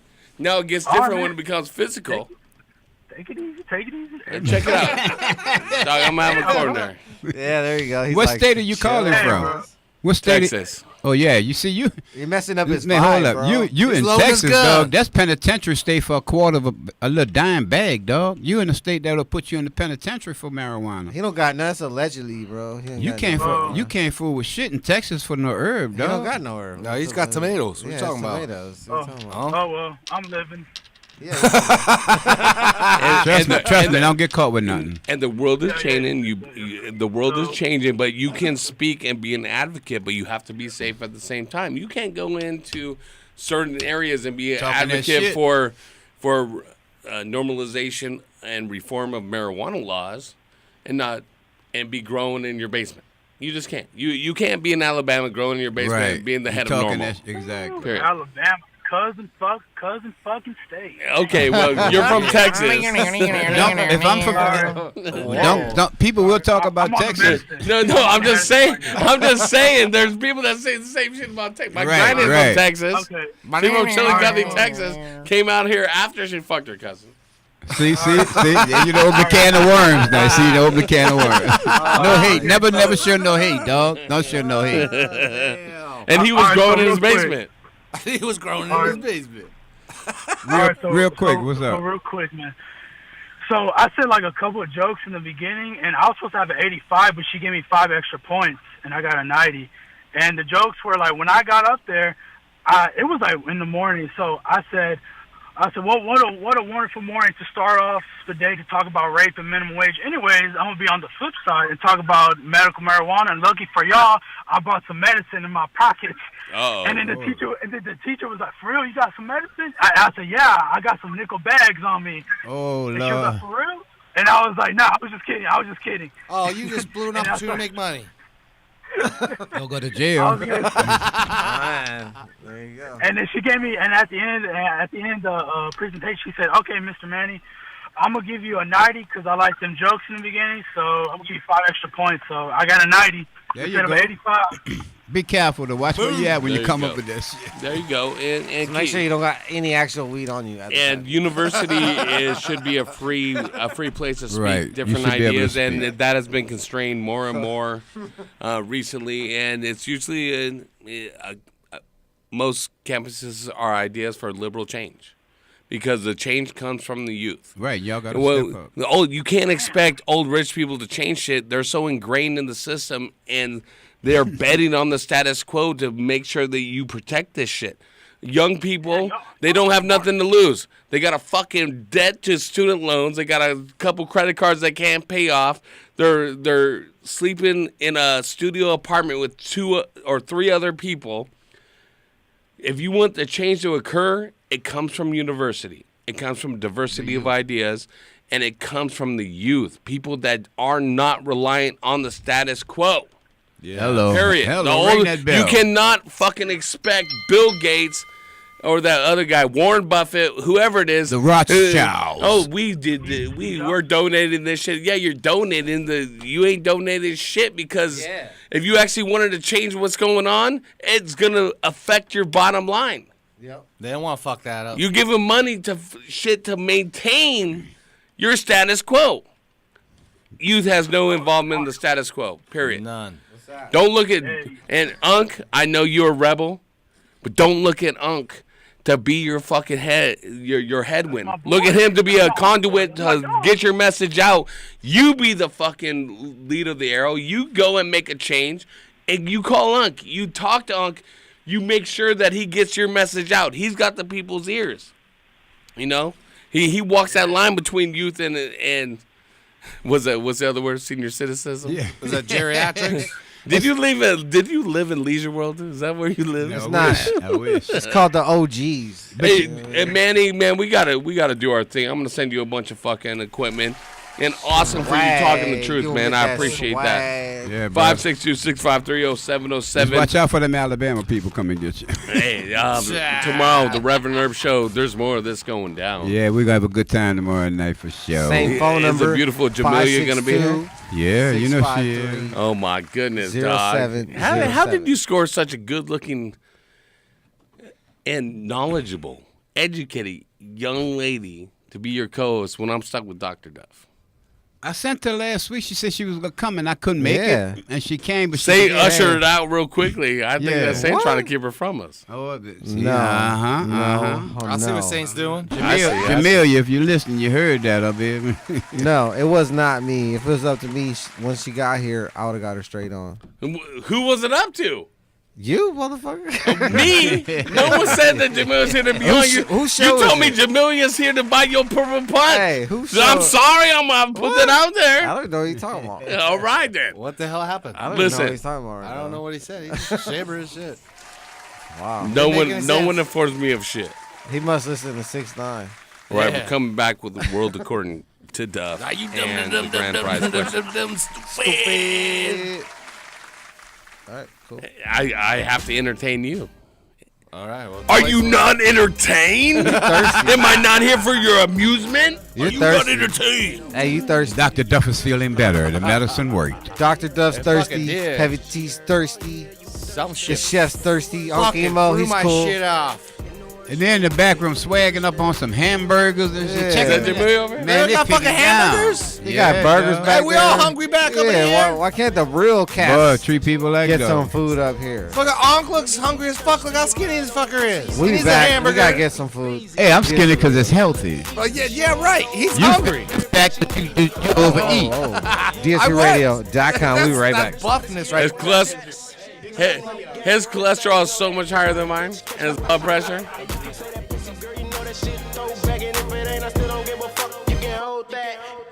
She said she don't want them if they own her. She only want the nigga that don't want her. And nigga, you thirsty. You be all up in the ear, telling her the same shit she heard. Oh yeah, you thirsty. In the worst way. You thirsty. In the worst way, nigga, you thirsty. In the worst way. You be telling her the same shit she heard. Oh She yeah. got no patience. I don't really like waiting. Nah, kinda wanna taste it. Oh, girl, let me taste it. Oh, I don't like waiting. So, girl, I ain't waiting at all. Make sure you take it.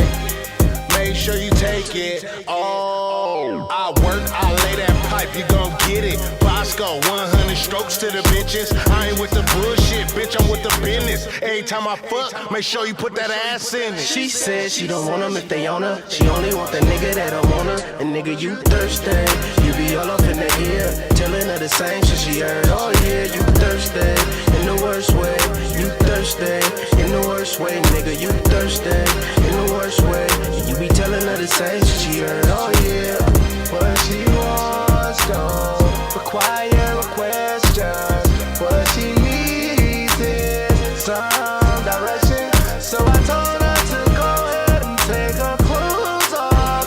And with no question she did it, cause I'm a real one. She said to me, she said she don't want them if they own her. She only want the nigga that don't want her. Nigga, you thirsty. You be all up in the ear. Yeah, the same shit she heard. Oh yeah, you thirsty. In the worst way. You thirsty. In the worst way, nigga, you thirsty. In the worst way. You be telling her the same shit she heard. Oh yeah. Hey, I'm in the zone. Launch crew, ready to reservoir. What's the load factor, sir? Bringing the Riser Blast liquid at 2 mils per gallon. Okay, sir. We are loaded and ready to launch. 9. Okay, men. It's time to blast off into the plant's root zone and into another galaxy of root growth.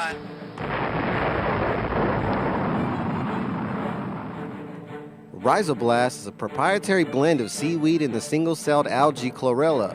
Chlorella's abundance of amino acids and minerals contribute to its value in hydroponics. The benefits used in Rhizoblast are explosive root growth, the use with any growing medium or hydro system, its ideal use for transplanting, and the enhancement of your plant vigor in fast-flowering plants. Let your plants have a blast and see a world of a difference with Rhizoblast from Botanicare. Check it out at www.botanicare.com.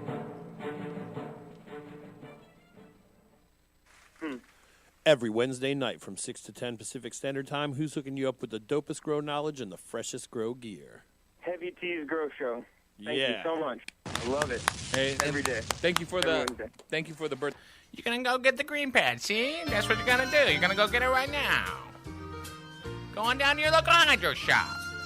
Tell them Shunny sent you. That's right, Shunny with the green pad. More CO2 in your garden. More carbon, more weight, see? You need to get that weight up to pay me back, see, Shunny? Go get the green pad junior. Put it in your cloning dome, see? You're gonna get some more roots faster. Cut days off your cloning time. More harvest year round. That's right, see? Activated by humidity. 35 to 50%, so make sure that's right, okay? Go to your local hydro shop, see? That's right. Go there now. More root, more fruit, more fruit, more root. That's right. Yeah. Meow. Meow. Hey man, your garden smells amazing this year. What are you doing different? Haven't you heard? We've been using the Turpinator. Did you say Turpinator like terpenes? Yes, exactly. Turpinator is designed to increase your plant's terpenes, which are responsible for everything from how your plants smell to how much flavorful oils they produce. Basically, Turpinator is the one-stop shop for an overall quality increase for your fruits and flowers. That's awesome. You know, I can tell the Turpinator has not only increased the oils in all your herbs and flowers, but it looks like it's going to increase your dry weight as well. And dude, don't even get me started on those crystals. They look like mini icebergs. Well, you better hurry up and get on board. It's flowering season right now. And since Turpinator is made right here in Sonoma County, you can literally find it in any hydro store in town. Boost your plant's oils and bring out flavors that will drive your friends wild. Turpinator. Sticky is an understatement. Happy birthday! Have you ever been interested in gardening with dry fertilizers? Well, you're not the only one, and let me tell you about Vermicrop Organics and their line of organic dry fertilizers. Healthy plants with a simple 4-step process. Step 1. Just measure out a half teaspoon per gallon of soil or 2 cups per 12 square feet of soil surface area. Step 2. Apply evenly to the soil surface. Step 3. Blend into the top layer of soil to avoid caking. Step 4. Water thoroughly. And that's it, simple as that. Great for vegetables, fruits, flowers, potted plants, trees, shrubs, annuals, and perennials. It's Vermicrop Organics VermiVeg 744. Along with the VermiBloom and PK Boost, you will have a complete line of organic nutrients and a garden that will thank you with a great harvest. Looking for an even simpler way?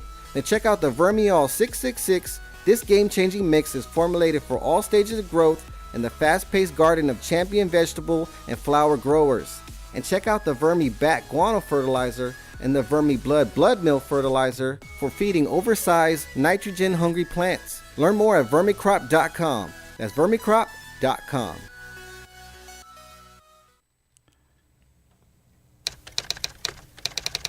Hey, Dr. Duff, are you signing up for another one of those internet dating sites after your divorce? No, I'm just ordering these freaking douchebags from China here. Just gonna be saving a lot of money on it. About $1 a bag.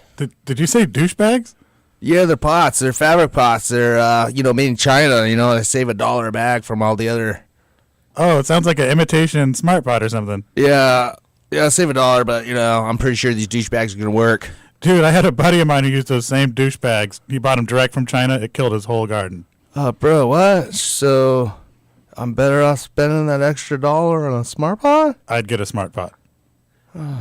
Don't be a Duff man. Make sure to buy the original patented Smart Pot. Check them out at smartpots.com. Sorry, Horty. Game over. Yeah. Naps. Knock off. What up, Saint?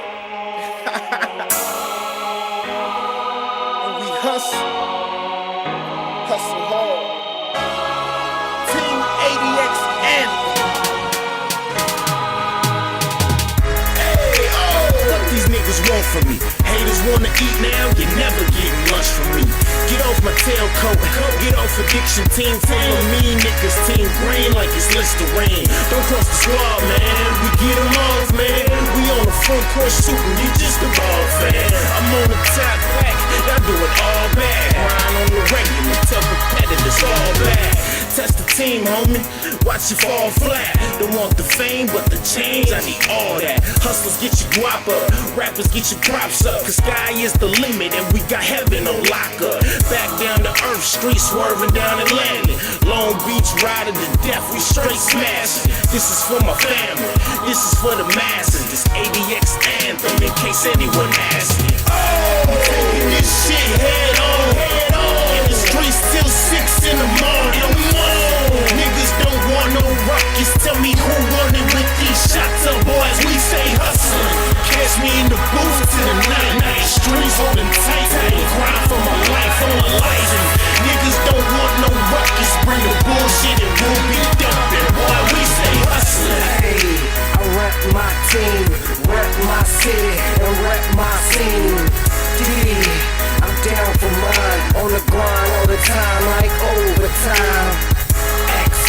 I ride to the death, can't do it like this, so don't try to step. Can't move it like this, so don't try to test. Got shotters on the side of me, right in my left, cause we do it so swift, we do it so sick, and we ain't gonna stop. We got money to get, we got honeys to flip, got the streets on lockdown. So why would we stop now? We holding the spot down. Sour diesel Hennessy, a bad bitch next to me. 80X team going down up in history. Do it to the death of me, so ain't nothing left of me. Dumping off the weaponry, hold it down for centuries. Taking this shit head on.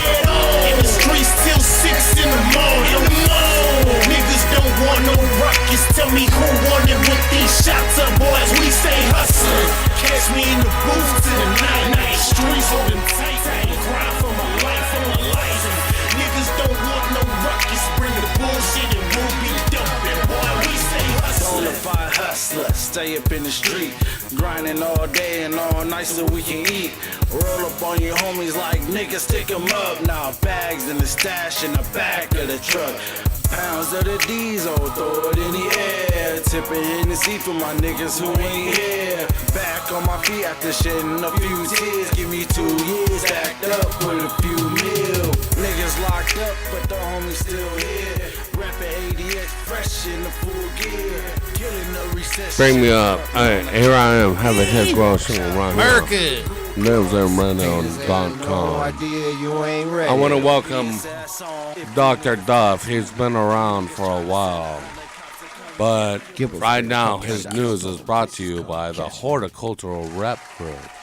They sling and bang Nanolox, Nectar of the Gods, SLF 100, and many more. Many more examples of good growing stuff. Anyways, Dr. Duff. Wow. Now's your chance. Well, Bring it, Duff. Bring it. Yeah, America, good old United States of America. USA? Where if you go to Florida and you're from Canada and one of your peeps dies, it's too expensive to even stop at the hospital and like take care of it. You guys drive back to Canada with them in the car, Weekend at Bernie style. Because the U.S. of A's healthcare is out of control. Dead people? Real Yeah, tough. they Real straight tough. up. They family from Canada drives their loved one that died on vacation with them all the way back up to Canada to Off the take news. care of it up there. Wow. Right off the And news. not take care of it here. Because they couldn't fucking afford that Costs shit. too here. much. You know, I can't even afford that shit here either. If I die here, fuck, I'm fucked. I don't know What would what's you gonna do? happen. Would you just drive with the body in your car, or would you pay? If the I was extra from cost? Canada, I would drive with the body. I Well, wouldn't think pay no about it. cash for that shit. Think about it. Dr. Duff's wife drives with a dead person in the car every day. Yeah, that's right. I'm dead. That's true. All right, well, now on to the next story of goodness. Canada, oh, Canada. Now to where doctors did a really good service here in, I think it was like Thailand. A Taiwanese woman. Is that where the Tyson? Where's that from? Taiwanese? Taiwan, yeah, Taiwan. Taiwan.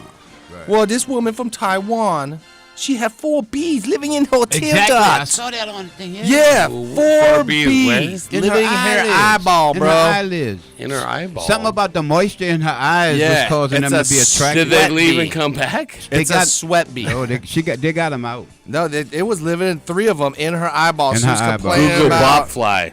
It's kind of like a botfly. They but got them out. My It dad was- had a botfly in Costa Rica on his brain. Gotta put a big piece of raw bacon so it crawls out and you grab it and like, oh yeah, motherfucker. I heard you scratching on my skull. I'm gonna rip you motherfucking ass out. You pull it out and then it ends up next to you on the Heavy Tea Grow Show, known as Jordaps.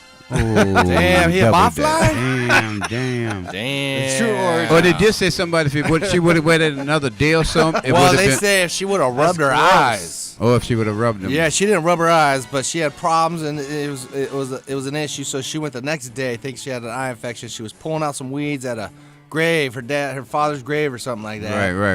And then the meat bees flew up in her eyes. The meat bees. Oh wait, the sweat bees. Yeah, right up in her eyeballs. And how they go in your eyes and you don't even know it, huh? Yeah, she's like, oh fucking shit. You think she was loaded? You think she was smoking or Well, drunk? smoking some it's weird in China, so the what the fuck that was? The smog is probably How so big thick. were these bees? How big Yeah. were they? Bees, like little bees. They wasn't Yeah. big. All those Gavita lights being made. I think she had 3 in there, and you couldn't see him. You couldn't see him when it showed This the ain't even picture. no way. Are they Those microscopic? kids Like, those are made in No, North 3 America. regular bees. Those are like made in bee North size, like America. normal bee size. Now y'all got to remember, there's some booze being drank in this flower power. motherfucker too. So when we get a little gibberish on the lip, don't worry about it. Just enjoy. Yeah, He's gonna Dr. arm Duff. wrestle me. He's arm And you wrestling guys me. gotta be careful out there on the California shut highways. Oh, you on your drink. There you go. Tell him, Doc. Tell him, Tell Doc. you guys gotta be careful at the California highways because there might be a mile-long spillage of weed. Where the fuck, man? I'm This out of here. shit Hurry was up. out there in the Central California, in the middle of nowhere, of When? course. Today? Happened last week. Oh fuck! I'm too Oh late. man, why you Shit. telling us all Yeah, late? get that ass- motherfucker But the a week thing late is- with the news. Shit. Always too What's late. the thing? Well, the thing is, it was just plants. It wasn't even weed. Oh shit. I mean, it was weed, but it was weed plants. They were like moving their operations or something. Yeah. And all these plants just came out because Marcos Post didn't lock the back. And shit Fuck, I'm in the flew wrong place out. at the wrong Hey, time Dr. again. Duff, Shit. your wife is so fat that Dora can't even explore. I thought you said she was Ah, damn. No, no one What? ever said that. Seriously? sexy. You said she was a knockout. No one ever said that. Damn, bro. That's fucked up. 100,000%. Oh, man. Family sues after a Pennsylvania man Anyways. with 10 pot plants is crushed by a bulldozer that the police were operating. Did you guys hear about that? Of course you did it, because it's not going to be in mainstream media. Right, the guy was out there on his property, the cops were trying to get him. He went and hid. He went and hid, so they went and got a bulldozer because he wasn't coming out. And crushed guess what the they did? man. They crushed his ass. Oh, these motherfuckers know they out Fucking of just control, bulldozed his bro. ass because of 10 fucking marijuana weed, plants man, for out God's there in gifts, dog. Pennsylvania. They killed him? Yes. Yeah, they fucking ran his ass With his over. own They tractor. sliced him in half? No, they ran just over ran him, his- just ran bulldozed over his him. With ass. his Listen, own if a tractor. bulldozer shovel hits you, you're sliced in half. Okay, maybe it did a little slice in half and a little Tumble. bulldozer over. However but you want to look at it, he even dead know. as a fucking doing it. Who did it? The police. Them. Damn. What state that was? Why Them did they dudes. pull up? And all this up, Pennsylvania. all these people standing in front of a Pennsylvania. tank in 10 fucking Chow plants. Mein Square. Yeah, man. And now Oh, we can't even Tiananmen get any Square, news yeah. coverage for this. They don't give no, a you fuck, didn't get man. no news cover for the They don't give a fuck about cops you. bulldozing your ass. You think they're going to tell What you about the martial fuck? law when it starts to come out? Let me tell y'all something. When they start fucking over us in this country, they're going to start just locking people up. Motherfuckers say, well, I got guns. I can protect myself. Motherfucker, you can't protect yourself from the police because they can pull you over like it's a traffic ticket. One at a time, motherfucker. You start One. disappearing. Look at the young women that are disappearing in this country at a phenomenal rate. We ain't doing nothing about that. We just a talkative country of the world. We don't fight, dog. I preach every day.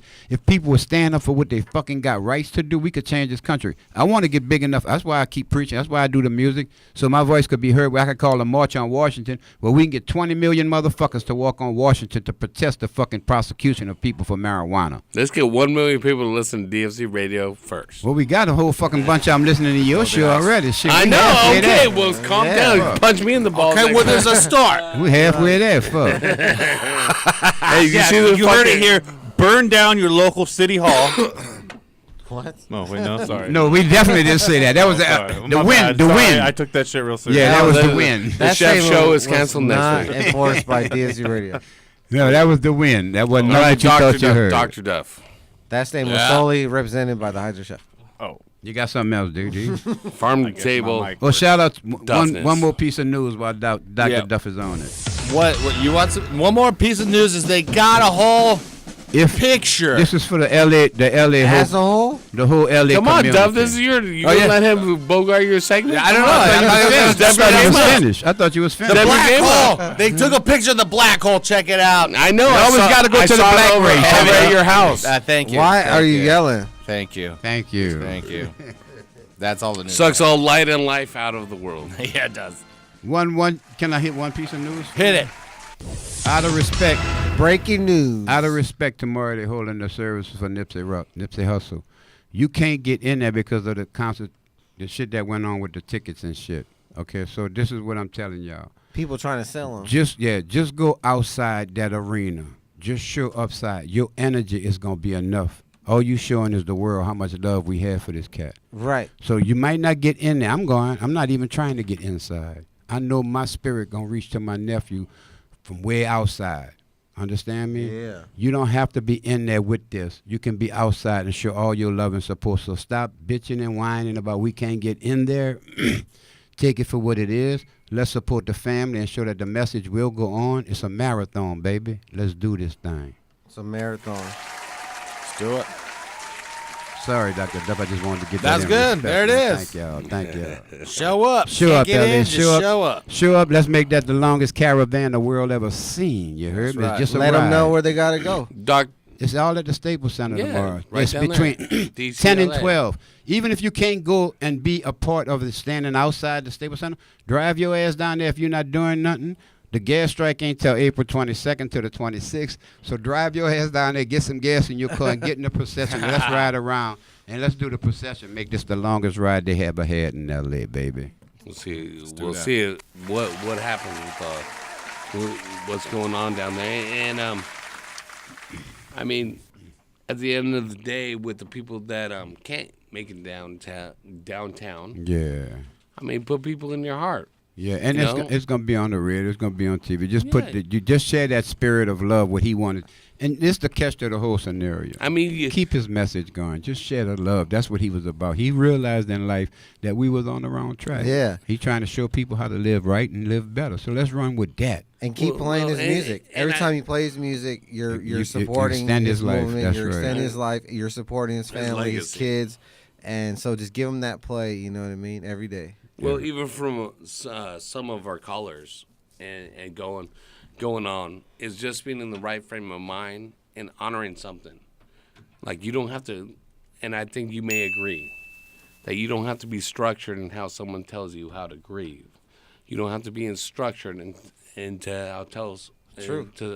You call into our show, Heavy T, and Unc tells you how to try to go better yourself.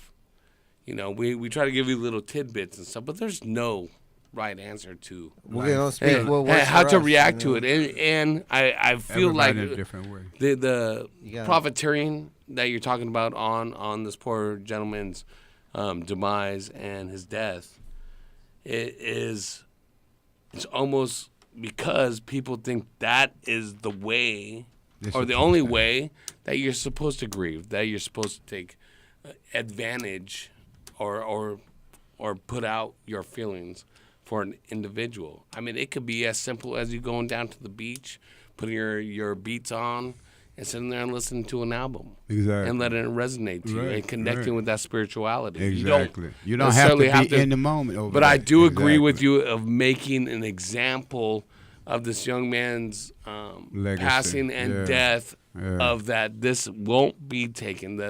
This violence won't be taken lightly, that this won't be stood for, and it's almost like a watershed moment. It almost feels like a Tupac moment. He is the new. That's what I this preach. generation's Tupac. He is. That's what I wanted to say too. See, I went through all of it. I went through Pac, and I'm going through this, and this is what I wanted to say to my generations. The daddies that were older when their children had to suffer through Tupac's death. You watched your children suffer. They are now daddies. And now they're watching their children suffer.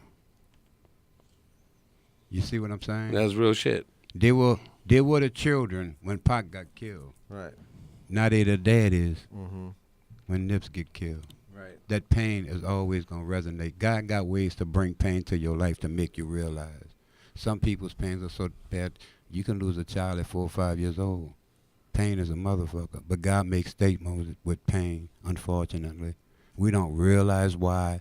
We don't realize the message. We don't realize the importance of what he's trying to. My thing is Nipsey did everything he could possibly do that God wanted him to do.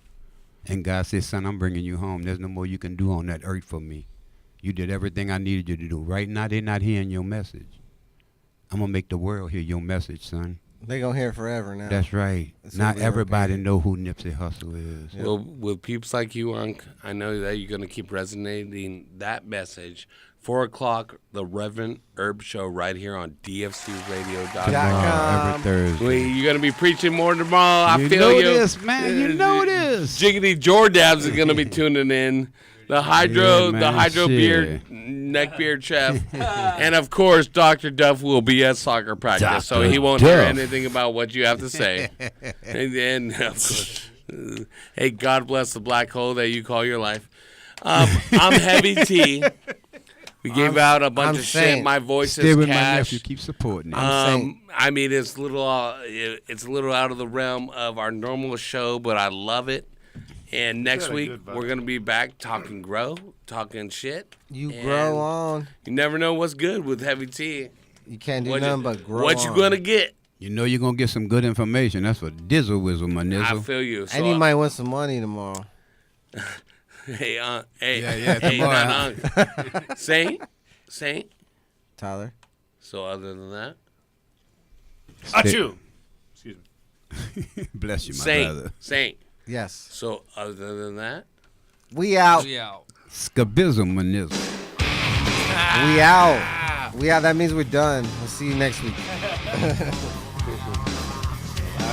The last T-Grow show. That was crazy. No, it was the last Hydro Chef show. we're bringing Carlos Boozer in. No one's gonna know the difference. There'll be no Hydro Chef show next week. Thank you. Carlos Boozerhead. Look at this Carlos Boozerhead. Just kidding. April Fools. April Fools. We'll all be back. See ya.